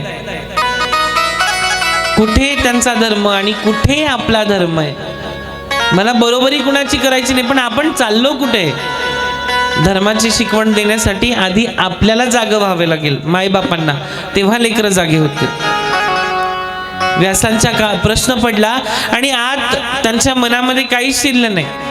कारण हे जे शुकदेव मुनी महाराज होते, हे शुकदेव मुनी महाराज अर्थातच वेदव्यासांचा मुलगा, आणि याचा जन्म असा झाला की ही अमर कथा ऐकण्यासाठी भगवान महादेव पार्वती मातेला अमरनाथाच्या गुफेमध्ये घेऊन गेले. आणि तिथे जात असताना त्यांनी सर्वस्व आपल्या अंगावरती जे जे काही वस्तू त्यांना प्रिय होत्या त्यांनी त्या सोडल्या. त्यांनी भस्म धुतला, त्यांनी गंगा मातेला तिथे प्रवाहित केलं, सर्पाला खाली सोडलं. पहलगाम म्हणून पहिलं गाव आहे भारताचं, त्या ठिकाणी हे क्षेत्र आहे. तिथे तक्षक नागाला सोडलं, गळ्यातले रुद्राक्ष काढून ठेवले, तो त्रिशूल ठेवला, डमरू ठेवले, पायातल्या घोगर काढल्या, शृंगी काढली, वस्त्र काढून ठेवले. आणि तेव्हा आई भगवती परांबा शक्ती पार्वती माता विचारते की तुम्ही हे सोडता याचं कारण काय? तेव्हा भगवान महादेव म्हणतात की ज्या परमात्म्याची कथा मी तुला ऐकवणार आहे ती विरक्तीची आहे, ज्ञानाची नाही तर प्रेमाची भर देणारी आहे, आणि मग वियोग आणणारी कथा आहे, माझ्या कृष्णाची कथा आहे. त्या कथेमध्ये रस आहे, पियुष आहे. आणि त्या ठिकाणी गेल्यानंतर 3 वेळा टाळी वाजवतात त्या गुफेच्या आजूबाजूला, आणि मध्ये जे काही जीव जंतू असतील ते तिथून निघून जातात. पण त्याच ठिकाणी टाळी वाजवल्यामुळे, डमरू वाजवल्यामुळे, त्रिशूल फिरवल्यामुळे आणि शंखाचा नाद ध्वनी झाला म्हणून तिथे एक घरटं होतं एका पोपटाचं, मिठ्ठूचं, आणि त्याच्यामध्ये एक छोटंसं अंड होतं. ते अंड खाली पडतं आणि फुटतं. त्याच्यात जीव आहे का? आता नाही. त्याच्यातलं ते छोटंसं बालक होतं ते मरण पावतं. पण ज्या वेळेस भगवान श्रीहरी महादेव आणि आई भगवती परांबा शक्ती पार्वती माता यांच्यामध्ये श्रीमद भागवताची चर्चा सुरू होते, आणि त्यावेळेला भगवान महादेव म्हणतात की तू जागी आहेस किंवा कथा ऐकते, यासाठी तुला मला होकार द्यावा लागेल. म्हणून हुम स्वामी, मी ऐकते आहे असं तुला म्हणायचंय. प्रथम स्कंद पूर्ण होतो, दुसरा स्कंद पूर्ण होतो, तिसरा स्कंद पूर्ण होतो, चतुर्थ स्कंदाला सुरुवात होते, आणि पंचम स्कंदाला सुरुवात झाल्यानंतर आई भगवती परांबा शक्तीचे डोळे लागू लागतात. असं करत करत षष्टम, सप्तम, नवम, अष्टम, नवम, दशम स्कंदाची सुरुवात होते, आणि त्यावेळेला पार्वती मातेला झोप लागते. आणि त्या नवम स्कंदापर्यंत ही ऊर्जा जी महादेवांच्या शरीरातून मंत्र वाचा करताना निघालेली असते, तेव्हा त्या मिठ्ठूच्या अंड्यामध्ये ते जे जीव मेलेला असतो त्याच्यामध्ये ती ऊर्जा साठवते, आणि मंत्राच्या शक्तीने, मंत्र उच्चाराने तो जागृत होतो, त्याला चेतना येते. आणि तो नवमस्कंदापासून जी झोप पार्वती मातेला लागलीये, तो मिठ्ठू हे ऐकून हुम स्वामी म्हणायला सुरुवात करतो. आणि हा बालक, हा जी मिठ्ठूचं पिल्लू आहे, हे हो स्वामी म्हणतं, मी कथा ऐकते. दशम स्कंद पूर्ण होतो. एका दशम स्कंदामध्ये महारास लीलेची सुरुवात होते, आणि त्यावेळेस अचिंत अवस्थेमध्ये महादेवांना जागृती येते. आणि जागृती आल्यानंतर महादेव पाहतात पार्वती तर झोपलेली आहे, मग कथा ऐकतं तरी कोण आहे?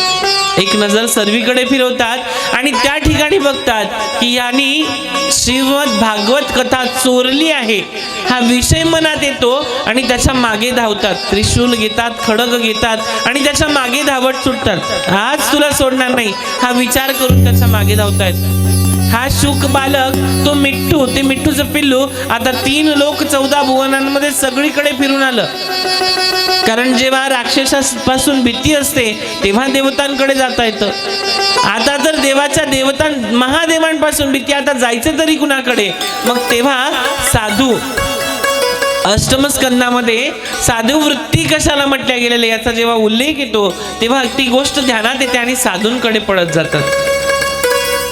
श्री वेदव्यासजी महाराज आपल्या संपूर्ण ग्रंथ आणि यांची लेखणी करून बसलेले, आणि त्या ठिकाणी त्यांची पत्निका माता विटिका मूलबाळ होत नाही म्हणून भगवंत नारायणांची प्रार्थना करताय. आणि त्यावेळेस त्यांना जांभूळ येते आणि हा शुक बालक जो उडतोय, हा जो पक्षी उडतोय, सूक्ष्म असं रूप धारण करतो आणि आईच्या मुखावाटे गर्भामध्ये प्रवेश करतो. आणि गर्भात प्रवेश केल्यानंतर साक्षात श्रीहरी भोळे परमात्मा दीनानाथ अशुतोष अडभंग भगवान श्री महादेव तिथे त्या कुटियावरती येतात आणि म्हणतात की तुमच्या घरात एक चोर शिरलेला आहे आणि तो चोर तुम्ही मला परत द्यावा म्हणून मी इथेच थांबतो. वेदव्यासजी महाराज म्हणतात, भगवंता तुम्ही ज्या चोराला शोधण्यासाठी आलेले आहात त्याने गर्भामध्ये जागा धारण केलेली आहे, तो तुमच्यासोबत बाहेर येऊ शकत नाही. महादेव म्हणतात ठीक आहे, काही हरकत नाही, मी 1 वर्षापर्यंत इथेच थांबेल. ते बाळ गर्भातून आवाज देत आहे, किती कंजूसपणा करताय, समाधी घेतली तर फक्त 1 वर्षाची. मी शपथ घेतो की आईच्या गर्भामध्ये 14 वर्षापर्यंत समाधी येईल. जोपर्यंत माझं ज्ञान प्राप्त पूर्ण होत नाही तोपर्यंत मी गर्भातून बाहेर येणार नाही. महादेव 1 वर्षानंतर जागृत होतात, पुन्हा विचारतात की बालक जन्माला आला असेल तर मला परत द्या, मी त्याला मारून टाकतो, मी त्याला ठेवणार नाही, माझ्या सानिध्यामध्ये तो राहिला तर खूप चांगलं होईल. तेव्हा वेदव्यासजी महाराज म्हणतायत की तुमचा बालक अजूनपर्यंत जन्मालाच आलेला नाहीये, त्याचा आकार सुद्धा वाढलेला नाहीये. महादेव तिथून निघून जातात, पार्वती मातेला पुन्हा कथा सांगायला सुरुवात करतात. पण इकडे वेदव्यासांची पत्नी आई विटिका, हिला त्या गर्भाचा त्रास होतोय, त्याचं तेज, त्याची गरमी एवढी वाढली आहे की तिच्या जीवाची लाही लाही व्हायला सुरुवात झाली. आणि शुकमुनी महाराज आतमध्ये बसून, आईच्या गर्भामध्ये बसून नामचिंतन करताय भगवंताचं. कारण जो ज्या गर्भामध्ये गेलेला आहे तो गर्भ तिचा आहे, जिचा तो गर्भ आहे ती वाघीण म्हणजे श्रीकृष्णांच्या रसाचं पाणी पिणारी आहे. आणि अशा परिस्थितीमध्ये नाम उच्चारण आहे, श्लोक आहे, समाधी आहे, समस्त समताप्त आहे. आणि या ठिकाणी 14 वर्ष, 1 वर्षामागून 14 वर्ष निघून जातात. आता तो ताप एवढा वाढतो की जगाची सुद्धा लाही लाही होऊ लागते. आणि त्या परिस्थितीमध्ये नारद महर्षी भगवान विष्णूंकडे जाऊन त्यांना सांगतायत की तुम्ही आता लवकरात लवकर तिथे गेले पाहिजे, कारण आता शुकदेव यांचं जन्माचं कारण अवगत होणं गरजेचं आहे. कारण परीक्षिती राजाचा जन्म होऊन बराच काळ लोटला गेला आहे आणि कलियुगाला सुरुवात झालेली आहे आणि राजाला श्राप लागलेला आहे. आणि यासाठी भगवान विष्णू त्या बालकाजवळ येतात, त्या गर्भाजवळ येतात आणि त्याला म्हणतायत की तुला आता बाहेर आलं पाहिजे, आईला त्रास होतोय. ते बालक मधून आवाज देते, वारे चलिया तू तो बहुत ही अलग है, बहुत ही निराला है. सारी दुनिया में आने के पहले सारे जीव गर्भ में रहते तो तेरा नाम लेते. भगवंताला म्हणतोय तो, कैसा छलिया है रे तू, मैं बाहर आऊं और तेरी माया में फंस के तुझे ही भूल जाऊं, ऐसा अगर होए तो मैं कदापि बाहर ना आऊं. तो देख, यदि मुझे बाहर निकालना है गर्भ से तो तेरी माया के अंदर मैं नहीं फंसने वाला. कुछ क्षण के लिए क्यों ना तू अपनी माया को अंदर अपने पास ले ले. ते म्हणतात मोह, माया आणि प्रपंच याच्या मध्ये मला फसायचं नाहीये. शुकदेव मुनी महाराज म्हणतायत, गर्भामधून बोलतायत आईच्या. तुम्ही म्हणाल गर्भामधून बाळ कसं काय बोलतं? जर ते हाताचा स्पर्श आईचा, वडिलांचा, लहान बहिणीचा, भावाचा जर स्पर्श त्याला समजू शकतो तर ते बोलू सुद्धा शकतं. आणि त्या ठिकाणी भगवान श्री हरि विष्णुना ते म्हणते, तू अगर छलिया है तो मैं भी तेरा दास हूँ, एक बार इस माया को हटा ले, मैं तुरंत प्रगट हो जाऊंगा. त्यावेळेस मायेला सांभाळून घेतात भगवान श्री हरी विष्णू आणि मायाधिपती होऊन भगवान श्री शुकदेव मुनींचं प्रागट्य होतं. ते बाळ जन्माला येतं आणि त्याच क्षणी एक 16 वर्षाचं सुंदर गोजीरवाणं निरागसते रूप दिसू लागतं. आणि शुकमुनी मनुष्य खरे पण त्यांना देवत्व पावलंय, कारण त्यांनी गर्भात सुद्धा नामाची साधना केली आहे. अशा त्या शुकदेव मुनींना शतशः मी नमन करतोय. आणि या शुकदेव मुनी महाराजांनी पुनश्च राजा परीक्षितीला ती कथा सांगितली. कथा पुरातन आहे, जुनी आहे, पण आजही नवीच आहे. किती वेळा कितीही सांगितली आणि कितीही जणांनी ती ऐकली तर नवीनच, कारण तिच्यामध्ये रस आहे. भक्ती प्रेमाचा अद्भुत सागर आहे. भागवत महापुराण छे महापुराण नव्हे तर अगदी अद्यतन आणि तुमच्या आमच्या हृदयात स्फुरणाऱ्या हरी आणि हरिभक्तीची ती गोड कहाणी आहे. स्वच्छ चित्त करूया आणि भगवंताच्या त्या सानिध्यामध्ये देवाचं देवपण मणी साठवूया, अशी कथा श्री शुकदेव मुनी महाराज राजा परीक्षितीला सांगताय. आणि सूतजी महाराज ही कथा शौनकादी ऋषींना सांगतात. एक बार प्यार से राधे राधे बोलना पडेगा. राधे राधे राधे राधे राधे राधे. झोप तर नाही लागत आहे ना.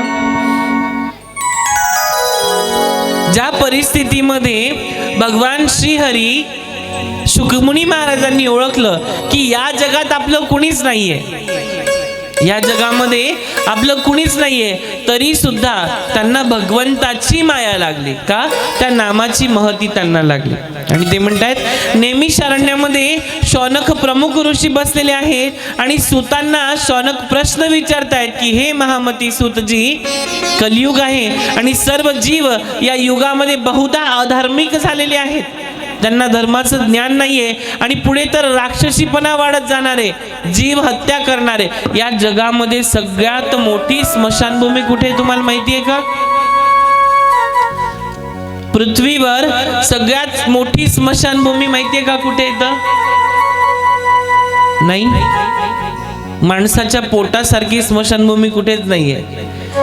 कारण की भगवंतांनी अनंत प्रकारचे खाद्य माणसाला दिलेले, तरी सुद्धा माणूस इतका निर्दयी अधार्मिक आहे की एखाद्या जीवाची हत्या करतो, खून करतो, मर्डर करतो, त्याला धुतो आणि मग त्याला खातो, स्वतःची सुद्धा शांत करतो. कोंबडा खातो, कोंबडी खातो, बकरा खातो, बकरी खातो, मासे खातो. तुम छोड़ देते हो थाली जिसमें होता है एक बाल, तुम कैसे खा लेते हो वो जीव जिसमें होता है एक माँ का लाल.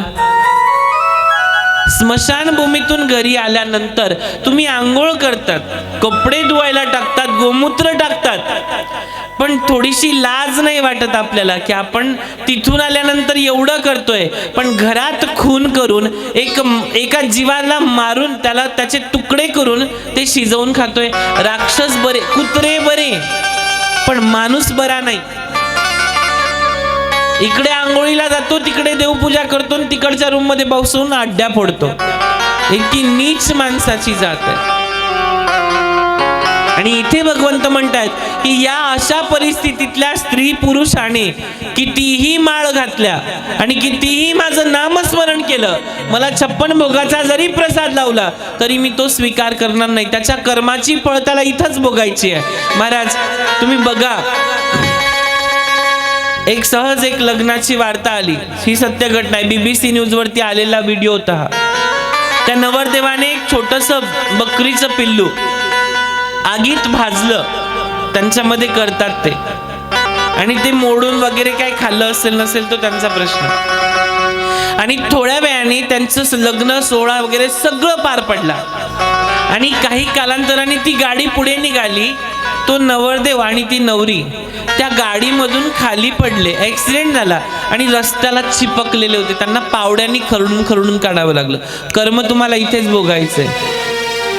यस्मिन निदानी येईल हवं कर्म ग्रंथी निबंधनम.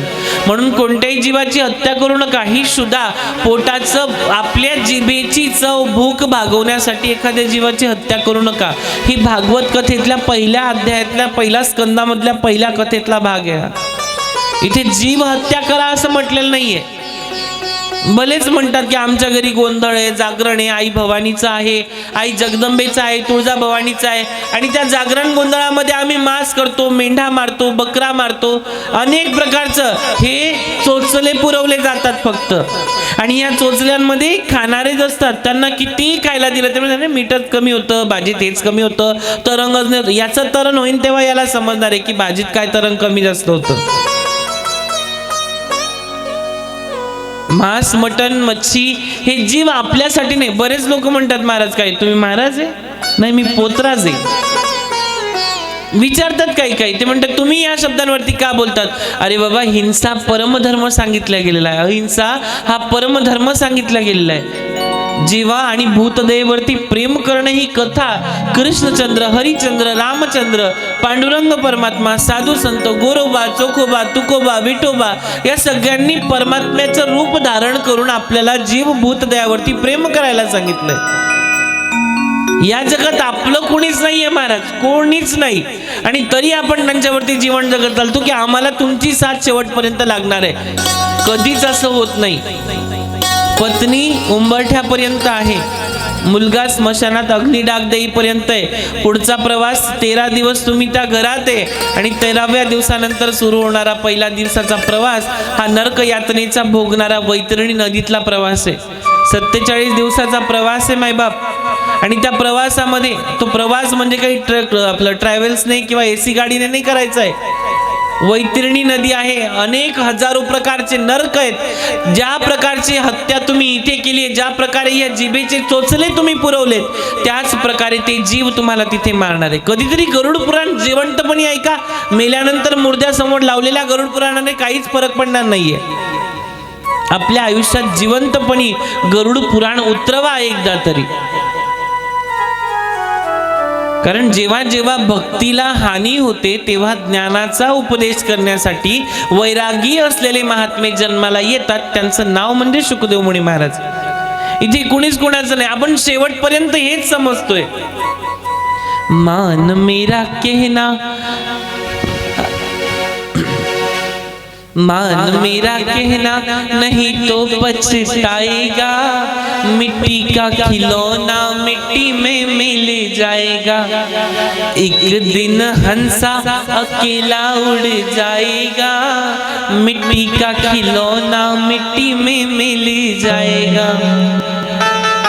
पड़ोसी पड़ोसी क्या करता है, पड़ोसी तो एक दिन जला के चला आएगा, मिट्टी का खिलौना मिट्टी में मिल जाएगा. बेटा बेटा क्या करता है, बेटा तो एक दिन पड़ोसी बन जाएगा, मिट्टी का खिलौना मिट्टी में मिल जाएगा. बेटी बेटी क्या करता है, बेटी तो एक दिन जमाई ले जाएगा, मिट्टी का खिलौना मिट्टी में मिल जाएगा. कोणीच नाहीये. आणि एवढं नसून सुद्धा आपण घमंड करतो की माझी पोरगी आणि माझा पोरगा आहे. तुला शेलगवायपर्यंत आहे, तुला चेटवलं की ते बी घरी येतील आणि तुझ्या नावाचा गोड घास नाही काढणार, कडू घास काढतील. कडू समजतंय ना? गोड काढतं का कोणी? काढलाय गोड कधी? गुलाबजामुन खाल्लेत का? 13व्याच्या दिवशी मजा मारून खाल्ले असतील तुम्ही. मेल्यानंतर सुद्धा लोक म्हणतात गुलाबजामुनची पार्टी पाहिजे 13व्या दिवशी.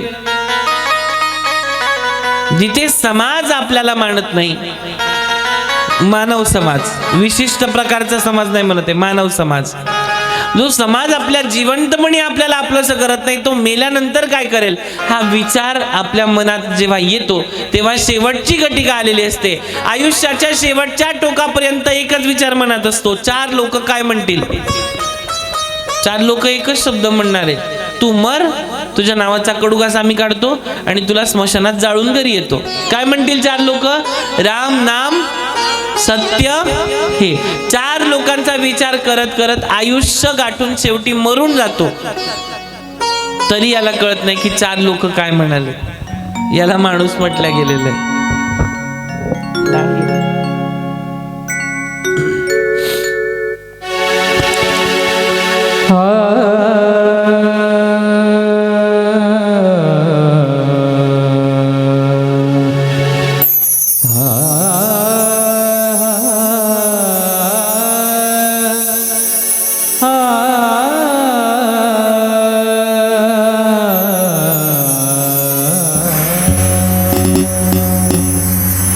नाही रे नाही कुणाचे कोणी नाही रे नाही कुणाचे कोणी नाही रे नाही कुणाचे कोणी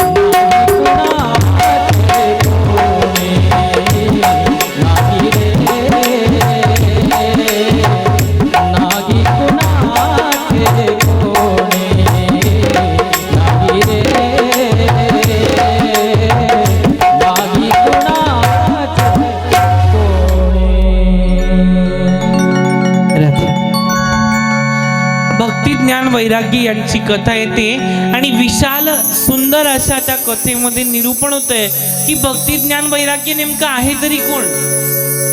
आणि भक्ती ज्ञान वैराग्याच्या कथेमध्ये ज्ञान आणि वैराग्याचं काम तरी काय आहे. नारदांचा वृत्तांत आणि त्याच्यामध्ये भक्ती प्रेमाचं अमृत आहे. भागवत महापुराण हे त्याचा सार आहे. याची ती कथा सांगतायत महाराज. आणि सूतजी या कलियुगामध्ये भगवंताच्या त्या कथेचं निरूपण कसं झालंय ही ती कथा सांगतायत. भगवंताच्या भक्तीमध्ये कशा प्रकारे किती तल्लीन झाले आणि कुठल्या प्रकारे त्यांना भगवंत प्राप्त झाले. भगवंताच्या नामामुळे फक्त सत्कर्म केल्यामुळे ज्ञान आणि वैराग्य हे जर्जर अवस्थेला प्राप्त झालेले होते. भक्तीचे दोन मुले आणि त्यांना ज्ञान आणि वैराग्य म्हटले गेले. पण जिथे भक्ती आहे तिथे फक्त प्रेम असतं. ज्ञान आणि वैराग्याची गरज नाहीये. आणि ज्या ठिकाणी जास्त इंटेलिजंट लोक आहेत त्या ठिकाणी भक्ती कधीच राहत नाही. ज्ञानी लोक आहेत ना, स्वतःला खूप स्मार्ट शहाणे समजणारे, त्या ठिकाणी भक्ती कधीच राहत नाही. आणि तदनंतर हे सर्वस्व भगवंताचं ते देत आहेत. आणि भक्ती माता या सार सर्वस्वाला समजून घेण्यासाठी नारद महर्षींना विचारतायत की तुम्ही कोण, कशासाठी आलात. नारदजी सुद्धा हेच प्रश्न विचारतायत की तुझ्या मांडीवर असलेले लेकरं कोण आहे. ज्ञान वैराग्य त्यांचं ती नाव सांगते, पण ते जर्जर अवस्थेला प्राप्त झाले, कारण की ते वृंदावनात आहे.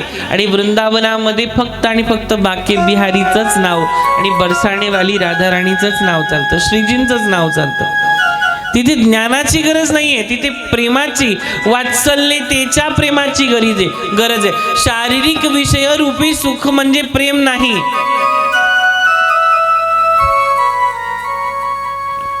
शारीरिक विषय रूपी जे सुख म्हटल्या गेले ते म्हणजे प्रेम नाहीये. ज्या ठिकाणी आसक्ती सांगितल्या जाते त्याला प्रेम म्हटल्या जात नाही. महाराज, सत्कर्माचा भेद येतो. सत्कर्म करायला आकाशवाणी सांगते. आकाशवाणी अर्थातच आई भगवती परांबा शक्ती. आणि नारद महर्षी सुंदर बद्रिका आश्रमामध्ये या कथेचं निरूपण करतात. आणि हे निरूपण होता होता त्या ज्ञान आणि वैराग्याला जागृती येते, चेतन अवस्था प्राप्त होते. आणि ते भक्ती त्यांच्यासोबत तल्लीन होऊन भगवंताचं नामस्मरणामध्ये, हरिभजनामध्ये तल्लीन होते. कारण सत्कर्म झालंय आणि ते सत्कर्म अर्थातच श्रीमद भागवत कथा आहे. फक्त ऐकल्यामुळे वृद्ध अवस्था प्राप्त झालेल्या जर्जर जीवाला फक्त भगवंताचं नाम कानी पडलं म्हणून त्याचा उद्धार झाला. त्याचा नाम संकीर्तनामुळे त्याच्या आयुष्यात नवीन पालवी फुटली आहे. ते म्हणजे भक्ती, ज्ञान आणि वैराग्य. आणि पुढे कथा येते, ते म्हणतात गोकर्णाचं महापुण्य सांगितलं जात आहे. पूर्वी तुंगभद्रा नदीच्या तीरावरती एक नगर होतं आणि तिथे आत्मदेव नावाचा एक ब्राह्मण होता. मायबाप, तो आत्मदेव म्हणजे आपण सगळेच. आणि त्याला वेद अवगत होते, यज्ञ कसा करावा, काय करावं, या सगळ्या गोष्टींनी तो धनवान होता. पण आयुष्यामध्ये एक कमी होती, ती म्हणजे त्याला मूल बाळ नव्हतं. धन धान्य संपत्ती ऐश्वर्य सर्व काही त्याच्या पायाशी चरणाशी लोळत होतं, पण मूल बाळ नव्हतं. ही शेवटची खंता त्याच्या मनात होती. आणि व्रती म्हणून भिक्षा मागून त्याने तेवढंच आपलं आयुष्य जगलं. आणि त्याची पत्नी होती आत्मदेव ब्राह्मणाची, तिचं नाव होतं धुंदुली. आणि यांची पत्नी कुलीन आणि सुशील हा विचार तिच्या मनात नव्हता. कुलीन होती पण सुशील नव्हती, पण जरा हट्टी होती. आणि नेहमी ज्यान त्या वेळेला फक्त तिच्या मनात एक चर्चा राहायची, ती फक्त याची आणि त्याची निंदा करणे, गप्पा मारत बसणे, स्वतःविषयी बढाया मारण्यातच तिचा वेळ जायचा. आणि एक उणीव मात्र तिला भासत होती की ती अपत्य सुखाची. कारण गावातल्या काही महिला तिला वांज म्हणायचं. आणि पुष्कळ व्रत केली, दान धर्म केला, पण संतान झाली नाही. म्हणून आत्मदेव ब्राह्मणाला फार वाईट वाटलं आणि वारंवार त्याने खिन्नपणे बसून भगवंताची प्रार्थना केली. आणि सरते वेळी जेव्हा तो घर सोडून जाणार आहे, वनात जाणार आहे, आता मरण हा शेवटचा उपाय आहे, जेव्हा विचार केला तेव्हा स्वतःचं अबाळ करू लागला. तिथे त्यांनी एका महात्मा त्यांना त्या नदीच्या तीरावरती भेटले. आत्मदेवानी आपली सर्व कर्मकथा त्यांना सांगून दाखवली की या आयुष्यामध्ये जीवन जगत असताना सर्व सुख मिळालं, पण संतान सुख मिळालेलं नाहीये, म्हणून हा जीव ठेवून काही फायदा नाही. ते महात्मा, त्यांची दया आली आत्मदेव ब्राह्मणांची, पण त्यांची ती दिव्य दृष्टी त्यांनी बघतायत. त्यांनी बघितलं की या ब्राह्मणाला, या आत्मदेव ब्राह्मणाला याच जन्मामध्ये नाही तर 7 जन्मामध्ये कुठल्याच संतान सुखाची प्राप्ती होणार नाहीये. ते म्हणतात, बाबा रे, कशाला धरतोस असा अट्टहास की ज्याच्यामुळे आयुष्याचा सर्वनाश होईल. या जन्मातच काय तर 7 जन्मात तुझ्या भाग्यामध्ये मूल नाहीये. ब्राह्मण म्हणतायत, आत्मदेव ब्राह्मण म्हणतायत, काही करा पण मला अमोघ आशीर्वाद द्या, मला संतान प्राप्तीची तळमळ लागलेली आहे. महात्मा म्हणतायत, हे फळ घे, पण एक लक्षात ठेव, जे तुझ्या नशिबात नाहीये ते नशिबात आल्यानंतर त्याचा सर्वनाश झाल्याशिवाय राहणार नाहीये. तुझ्या पत्नीला हे फळ दे. तिने हे खाल्लं पाहिजे आणि 1 वर्षभर तिने रोज एकदाच जेवावं, क्रोध करू नये. महाराज, आता ही धुंदुली होती, हिच्या बुद्धीवर पडदा होता, सर्व संपन्न आयुष्य सुखाचा पडदा होता, पण संतान प्राप्ती नव्हती. याच्यामुळे कुठेतरी तिच्या मनात एक हाव होती. पण शेवटी कलियुगातली स्त्री आहे, दानशील राहावं, खोटं बोलू नये, अस्वच्छ राहू नये आणि 1 वर्षाने तिला शुद्ध मनाचा मुलगा होईल असं म्हणून त्या महात्म्याने आत्मदेव ब्राह्मणाला एक सुंदर फळ दिलं आणि ब्राह्मणाने महात्म्याचे पाय धरले, अश्रूने भिजले आणि महात्मा पुढे आपला मार्ग सोडून निघून गेले. ब्राह्मण आनंदाच्या घरी आला. आनंदाच्या भरात त्याने सर्वस्व आपल्या पत्नीला बोलून दाखवलं. धुंदुली ही पुढे झाली, तिचं नाव धुंदुली होतं. धुंदुली पुढे झाली आणि पती घरी आलेला पाहून तिलाही आनंद झाला. तिच्या हट्टामुळे त्याने आपलं घर दार सर्वस्व ही जमवण्याचा प्रयत्न करून करून ही संपत्ती जमवलेली होती. स्वस्थ चित्ताने त्यांनी साऱ्या गोष्टी, सारी कथा सांगितली आणि ते फळ तिला दिलं आणि तिला तर म्हणतोय की 1 वर्षभर शुद्ध आहार आणि शुद्ध आचरण विचार कर. तिने फळ घेतलं, पण तिचा विश्वास नव्हता. तिच्या मनात एक खंता होती. तिची गरोदर बहीण त्या ठिकाणी त्यावेळेस होती. हिच्या मनात विचार असे की माझ्या घराला जर आग लागली तर मला ते गर्भ घेऊन पळता येईल, माझ्या आयुष्यामध्ये जर काही दुःखाची संकट आली तर मला पळता येईल का, चोर आले तर माझं दाग दागिने सोनं घेऊन मला सांभाळता येईल का, मला त्यांच्याशी 2 हात करता येईल, हा विचार तिच्या मनामध्ये, या बुद्धीला लागलेला गंज आहे. आणि आपल्यालाही तसंच लागलेलं आहे. कारण नामाच्या महिमेमध्ये कुठेतरी आपण नाम सोडून पडतोय ते धनाच्या मागे. प्रत्येक जण पडतोय, तुम्ही मी आपण सगळे पडतोय. पण प्रत्येकाच्या आयुष्यामध्ये धन कमवण्याचं साधन एक वेगवेगळे आहे. महाराज, तिच्याजवळ तिने ती कथा सांगितली तिच्या बहिणीला. बहिणीला म्हणाली की धुंदुली म्हणते तुला नको असेल तर ते फळ गाईला खायला घाल. तिची बहीण तिला सांगते तुला जर हे बाळ नको असेल तर तू हे फळ गाईला खाऊ घाल आणि मला मुलगा होणार आहे, मला जे बाळ होणार आहे ते तू घे. तू फक्त गरोदरपणाचं सोंग घे, तुझ्यामध्ये आणि माझ्यामध्ये ही गोष्ट राहील. तू हे गुप्त ठेव आणि माझ्या पतीला यात आपण सामील केलं पाहिजे, घेतलं पाहिजे. त्यांना तू जरा तुझ्याजवळ असलेला धन दौलत थोडासा पैसा अडका दे आणि 4 शब्द प्रेमाचे सांग. धुंदुलीला हे पटलं आणि ते फळ तिनं गाईच्या गोठ्यात फेकलं. ज्या गाईला 15-16 वर्षापर्यंत बाळ नव्हतं, वासरू झालेलं नव्हतं, ती गाय गरोदरपणाचं आता तिला वर्चस्व लागलंय, वात्सल्यतेचा पाळणा तिला फुटलेला आहे. आणि इकडे धुंदुलीनं गरोदरपणाचं खोटं ढोंग घेतलंय. परमार्थ खोटा कसा करावा, खरा कसा करावा याची कथा सुरुवात केली आणि बहिणीला आपल्या घरी राहायला बोलवून घेतलं. बहीण गर्भवती आहे तिची आणि खरोखर ही बहीण प्रसूत झाली आणि तिला मुलगा झाला, पण तो तिनं धुंदुलीच्या स्वाधीन केला. तिनं सर्वीकडे बातमी पसरवली की धुंदुलीला मुलगा झाला आणि मला जे बाळ जन्माला आलं ते मृत वत्सा म्हणून जन्माला आलंय, म्हणजे जन्माला आल्याबरोबर ते मेलंय. आत्मदेवाची त्यांनी अशी समजूत करून दिली की धुंदुलीलाच हा मुलगा आहे आणि बहिणीला झालेला पुत्र हा मृत झालेला आहे. बहीण ही धुंदुलीकडेच राहू लागली, कारण की त्यांनी खोटेपणाचं सोंग घेतलं होतं. बाळाचं संगोपन त्याची आईच करू लागली, पण मुलाचं नाव मात्र तिनं आपल्या नावावरूनच ठेवलं, तो होता धुंदुकारी. आणि त्याच वेळेस त्या गाईच्या गोठ्यामध्ये त्या गाईला जे वासरू झालं ते संपूर्ण मनुष्याच्या आकृतीचं होतं आणि बालक आकृती असल्यामुळे त्याचे कान फक्त गौमातेच्या कानासारखे होते. श्रीमद भागवतात पहिल्याच अध्यायामधल्या 2ऱ्या कथेत गोमातेच्या बालकाचं महत्व सांगितलंय की गोकर्ण महाराजांनी, अर्थातच गोमातेच्या लेकराने, गोमातेच्या पुत्राने एका राक्षसाला, एका नीच वृत्तीच्या मनुष्याला भागवत कथा श्रवण करून दाखवली तर त्याचा जीवनाचा उद्धार झाला. ज्याने ऐकून दाखवली त्याचा उद्धार झालाय, ज्याने ऐकली त्याचा उद्धार झालाय. मग ज्यांनी लिहिली त्यांचा किती उद्धार झाला असेल. गोमातेच्या लेकराने ही कथा सांगितली आहे. त्याचं नाव आत्मदेवाला मोठं नवल झालं. आपल्या घरात 2-2 बालक जन्माला आली म्हणून त्यांनी ब्राह्मणासारखे बालसंस्कार त्यांनी मोठ्या आस्थेने केले आणि त्याचं नाव ठेवलं गोकर्ण महाराज. गोकर्ण अल्पवधीतच अगदी विद्वान आणि धार्मिक वृत्ती म्हणून प्रसिद्ध पावला. धुंदुकारी हा दृष्ट होता. व्यसनांनी त्याला सारं काही घालवलेलं होतं. आत्मदेव होतं नव्हतं ते आठवून आपल्या मुलाला पोसण्यामध्ये आयुष्य घालवून देतो आणि भिकारी होतो.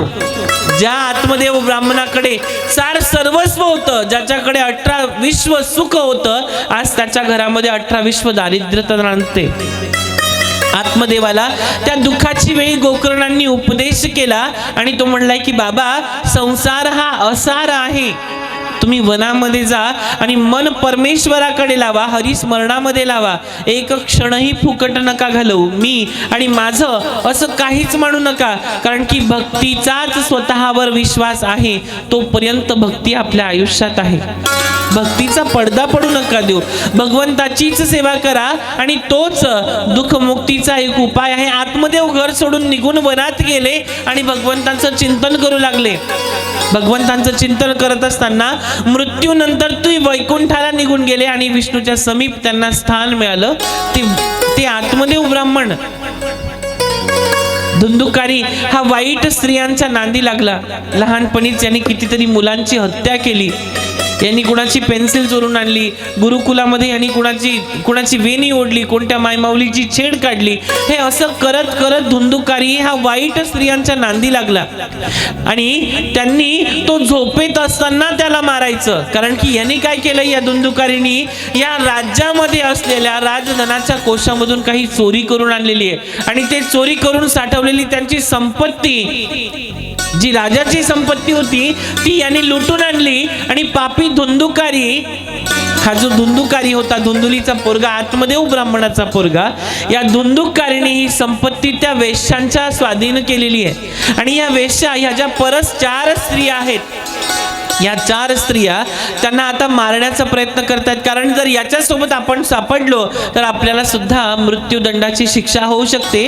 म्हणून हा मरत नव्हता. याला बांधलं, याच्या तोंडामध्ये जळता कोळसा टाकला तरी मरत नाही. याच्या छातीवरती दगड ठेवले, बांधले आणि याला एका विहिरीमध्ये टाकून दिलं.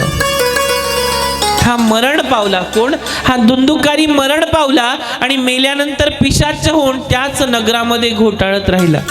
गोकर्ण भगवान हे तीर्थयात्रेला गेले होते आणि त्यावेळी गोकर्णाला त्यांच्या निधनाची वार्ता कळाली की माझा लहान भाऊ वारलेला आहे, त्याची मृत्यू झाली आहे. आणि काही काळानंतर गोकर्ण भगवंत अंगणात येतात, आपल्या दारी घरी परत येतात आणि अंगणातच झोपले होते. आणि त्या ठिकाणी त्यावेळी त्यांना भयंकर पिशाचाच्या रूपामध्ये धुंदुकारी दिसला. आणि तेव्हा गया श्राद्धाने सुद्धा तो मुक्त झाला नव्हता. गया, प्रयागराज गयामध्ये त्याचं श्राद्ध करून सुद्धा तो मुक्त झालेला नव्हता. कारण की त्याने आपल्या आई वडिलांना त्रास दिला, धर्माला त्रास दिलेला आहे, धर्म सोडून वागलेला आहे. धुंदुकारींनी आपली ओळख करून दिली आणि भावाच्या नात्याने विनवण्या केल्या की पिशाच्या योनीतून सुटका करण्यासाठी प्रार्थना केली. शेकडो गया श्राद्धांनी सुद्धा आपली पाप नष्ट होणार नाहीत असं त्यांनी सांगितलं. गोकर्ण, नाही रे, मला यातना सोसवत नाही, काहीतरी उपाय कर आणि माझी याच्यातून सुटका कर. माझ्या आयुष्यात मी माझी पत्नी असताना सुद्धा परस्त्रीचं गमन केलं, एका परस्त्री सोबत संबंध ठेवले, मला नरक यातना भोगाव्या लागतायत, मला याच्यातून सोडव. असो तो धुंदुकारी त्या गायीच्या पोटी जन्माला आलेल्या ते जे बालक आहे त्या बालकाला सांगतोय काहीतरी उपाय कर, पण इथून माझी सुटका कर. आणि तो म्हणाला की गोकर्णाला दया आली पण उपाय माहित नव्हता. धुंदुकारीला आश्वासन देऊन त्यांनी त्यांची शांती केली. रात्रभर त्यांनी भगवान सूर्यांना प्रार्थना केली आणि पुण्यवंत गोकर्णाला सूर्य प्रसन्न झाले. सूक्ष्म रूपाने सूर्य त्यांच्या ज्ञान चक्षुषांसमोर प्रगट झाले आणि गोकर्णाला त्यांनी सांगितलं की गोकर्णा, धुंदुकारीच्या सुटकासाठी होता होईल तिथे त्या ठिकाणी सत्कर्म झालं पाहिजे आणि श्रीमद भागवताचा सप्ताहभर पारायण कर. दुसरा उपाय या जगात त्याच्यासाठी नाहीये. म्हणून आपल्या पितरांच्या उद्धारासाठी हे श्रीमद भागवताचं पारायण लावणं गरजेचं आहे. गोकर्णाला आनंद झाला आणि एक वैष्णव ब्राह्मणाला कथा भागवत कथा सांगण्यासाठी त्यांनी बोलवलं. कथा प्रारंभ झाली आणि सर्वांबरोबर तो प्रेत आत्मा, तो जो प्रेत तो भूत होता, तो धुंदुकारी ही भुवर लोकातून ती कथा ऐकत राहिला. त्याला कुठेही थारा नव्हता. प्रेत आत्मा आणि मन कधीच शांत बसत नाही. ते ह्या ठिकाणाहून त्या ठिकाणावर, या फांदीवरून त्या फांदीवरच उड्या मारत राहतं. आत्मा एका ठिकाणी शांत बसत नाही. म्हणून तिथेच एका काळकाचं बेट होतं आणि त्याला 7 पेरं होती. त्या काळकाच्या बेटामध्ये अर्थातच एका बांबूचं रोप होतं. त्या बांबूची काडी काढली, तो बांबू काढला आणि त्याच्या एका 7 गाठीचा बांबू, त्या 7 गाठीमधल्या एका काठीमध्ये एका घरात त्याला बसवलं आणि कथेचे शब्द काळकटावर पडले. त्या बांबूवरती आपटत राहिले आणि पहिल्या दिवशी त्या काळकेटेचं अर्थातच त्या बांबूचं पहिलं पेर फुटून चिरफाड झाली आणि तेव्हा कडाकड असा आवाज झाला. गोकर्णाला खरा प्रकार कळून चुकला होता की त्याच्या पापाची गती कमी होत चाललेली आहे. 7 दिवसात ते काळक पुरता फुटून लाकड खाली पडली आणि धुंदुकारीचं स्वरूप हे दिव्य झालं आणि सर्वांना अशोक वंदन केलं. मोक्ष दिल्याबद्दल त्यांचे आभार मानले आणि पार्षदांसह एक विमान तिथे आलं आणि सर्वांच्या देखत त्या रूढ होऊन भगवान सर्वस्वशी वैकुंठधाम अधिपती असलेल्या विष्णूंजवळ त्यांना घेऊन गेले. गोकर्ण पार्षदांना म्हणतात की सार सर्वस्व सांगितलं, पण बाकीच्या लोकांनीही कथा ऐकलेली आहे आणि त्या ठिकाणी त्यांनी भगवंताच्या अहलाद नामाचा नाम संकीर्तन करू लागले आणि भगवंताचं विमान धुंदुककारीला घ्यायला आलेलं आहे म्हणून नाचू लागतात. काय केलं त्यांनी तिथे? ते नाचू लागलेत. मग आमचेही पाय दुखायलेत महाराज. पाय दुखायला लागलेत का? बरं, पाय आहेत ना सगळ्यांना? आहे ना? मग भगवंताच्या नाम संकीर्तनामध्ये पावल्या खेळायच्या का थोडंसं? हो की नाही? थंडी वाजते, थोडंसं शरीर गरम झालं की अजून 12 वाजेपर्यंत कथा चालू शकते. हो ना? आईला विचार बरं. ज्यांना भगवंतानी पाय दिलेले ना ते जागेवरच उभे राहतील. आपण सुंदर भगवंताच्या भजनामध्ये सुंदर अशा पावल्या खेळूया आणि त्याच्यानंतर जयेश महाराजांचं सुंदर असं नृत्य होईल आणि कथेची समाप्ती होईल. जागेवरच सगळ्यांनी पावल्या खेळायच्या आहे बरं का. जो थांबला त्याला त्याच्या शेजारच्याची शपथ आहे. कथा गोकर्ण महापुण्य, व्यासांची व्यथा, परीक्षिती राजाची कथा, शुकदेव मुनी महाराजांचा जन्म फार सुंदर परिस्थितीमध्ये पार पडला आणि महाराज भगवतीचं ज्ञान होतं. श्री शुकदेव मुनी महाराज आणि परीक्षिती यांच्यामध्ये जो संवाद झाला, ती कथा कशा प्रकारे लागली, काय झालं आणि या संवादात्मक भावनेमध्ये श्री शुकदेव मुनी महाराज राजा परीक्षितीला कथा का सांगतायत, ती घटनाक्रम कसा घडला, त्या कथेचा साधन आणि निरूपण अर्थातच भागवत भक्तीचं प्रेम म्हणजे श्रीमद भागवत कथा. आणि त्यामध्ये गायन आहे, वादन आहे, नृत्य आहे, प्रेम आहे, वात्सल्य आहे, म्हणून तिला श्रीमद भागवत कथा म्हटल्या गेलं. याच्यामध्ये एवढंच नाहीये, तर पुढे सुंदर सुंदर कथा आहेत आणि त्या कथेंमध्ये भगवंतांनी कशा प्रकारे आपल्या लेकरांना सांभाळलं. आई माता भगवती सती हिच्या जीवनाचा जेव्हा सार सर्वस्व संपलं, त्यावेळेला जेव्हा सतीने आपल्या शरीराचा दाह केला तेव्हा काय झालं याची सुद्धा कथा आहे. 51 शक्तिपीठ निर्माण कसे झाले, ध्रुव बाळ कशा प्रकारच्या परिस्थितीमध्ये त्याने आपल्या भगवंताला आपलंसं केलं. भरत राजाची कथा येते की मनुष्य जन्म घेतल्यानंतर सुद्धा ज्याला मनुष्यासारखं वागता असताना हरीचं चिंतन करता करता कसं हरिणीचं चिंतन लागलं आणि तो हरणीच्याच गर्भाला गेला.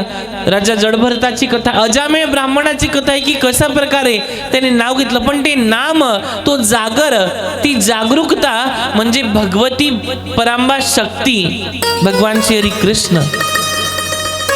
आणि हे जर ओळखायचंय तर आपल्याला नामाची महती गायली पाहिजे मायबाप. नाम फार महत्वाचं आहे, कारण जेव्हा जेव्हा नाम आपल्या मुखातून निघतंय ना तेव्हा 84 लाख कोटी 84 लाख आईच्या उदरातून आपण जन्म घेतलेला आहे. त्या प्रत्येक आईचा, त्या कुळाचा आणि आपल्या या जन्मामध्ये जळतील पापे जन्मांतरीचे, तेव्हा तेव्हा आपल्या आयुष्यात आलेले सुख दुःख हे पार पडतायत, पण आपल्याला ते समजत नाही.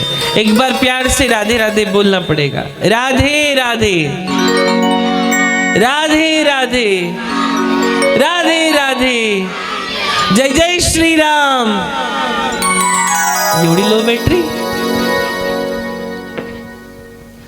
महाराज अनेक कथा आहेत. उद्या वृत्तासुर महाराजांची कथा आहे, ऋषभदेवांची कथा आहे, गोसेवेची कथा आहे, वेण राजा आणि पृथू यांची सुद्धा कथा आहे. वेण राजाला कशा प्रकारे मोक्ष मिळाला, वृत्तासुराची चित्र आणि चरित्र कथा कशी झाली, त्यांच्या आयुष्यामध्ये किती प्रकारचे दुःख आले आणि त्यांना जे नको हवं होतं ते मिळाल्यानंतर, मागून घेतल्यानंतर त्यांच्या आयुष्यात किती मोठं संकट आलं, याची कथा म्हणजे वृत्तासुराची कथा. जननी जने तो भक्त जने, या दाता या सूर, नहीं तो काहे गवावे अपना नूर. जननी अर्थात आई, जननी जने तो भक्त जने. आपल्या मराठीमध्ये जर म्हटलं गेलं, पुत्र व्हावा ऐसा गुंडा ज्याचा तिन्ही लोकी झेंडा. धुंदुकारी आणि धुंदुली दोघं मायलेक होते. बाप ब्राह्मण होता, विद्वान होता, पण तरी सुद्धा त्याला आपल्या बापाची लालसा आणि आपल्या बापाचं ज्ञान नाही आलं, कारण त्याचा जन्म हा पैसा देऊन, धन देऊन झालेला होता. कारण तिथे खोटा आणि खोटेपणाचा परमार्थ करून त्याचा जन्माची कथा सुरुवात करण्यात आली होती. धुंदुली त्याची आई नव्हती, त्याची मावशी होती, पण तरी सुद्धा तिने खोट्या जन्माची कहाणी बनवून त्याला आपलंसं करून घेतलं होतं. आणि म्हणून या अशा परिस्थितीमध्ये ते म्हणतात, जननी जने तो भक्त जने, या दाता या सूर, नाही तो काही गवावे नूर. आणि त्याचा उद्धार झाला. भगवंत चरणी वैकुंठाधिपती त्यांच्या पार्षद भगवंत त्यांना घेऊन गेले आणि त्या परिस्थितीमध्ये ते भगवंत भगवतीचा जागर गोंधळ आणि सुंदर असं झाकी नृत्य करतायत. अरे तो सब कुछ ठीक हो जाएगा, ठीक है. हाथ सभी के ऊपर. बोल सांचिया जोता वाली की, आई अंबा भवानीचा, आई अंबा भवानीचा. महाराज दक्ष यज्ञ फार सुंदर कथा येते. ध्रुव बाळाच्या जन्माची, त्यांनी केलेल्या पुण्याची, नामाची महती तत्वता गायली जाते. आणि त्याहीमध्ये विशेष इथे म्हटलं जातंय, मी माझ्या आयुष्यात जगत असताना माझ्या अंतयात्रेत कुणी आलं नाही आलं काही फरक नाही. बघा कथा आपल्याला काय शिकवते, कथा आपल्याला काय शिकवते, माझ्या अंतयात्रेत कुणी आलं नाही आलं फरक नाही. आयुष्यभर ज्यांनी मला जाळलेलं आहे त्यांनीच मला जाळलं पाहिजे याची गरज नाही. जिथे मी मेलो तिथेच मला पुरून टाका, फरक नाही. मी शेवटीही एकटाच होतो, आताही एकटाच आहे, मला निवांत राहू द्या. साथ सोडणाऱ्यांनी खांदे दिलेच पाहिजे, गरज नाही. एकांतात या देहाचं काय होईल फरक नाही, हा विचार राजा परीक्षित महाराज करतायत. आणि भगवंताचं भक्तीचं पूजन साधन करून त्यांनी हे सानिध्य प्राप्त केलं. आता जे आरतीचे यजमान आहेत त्यांनी कृपया करून लवकरात लवकर आरतीची तयारी करायची आहे आणि शंकर भाऊ काही सूचना देतील त्यांच्याकडे लक्ष द्यायचंय. श्री राधे. श्री राधे. हे बघा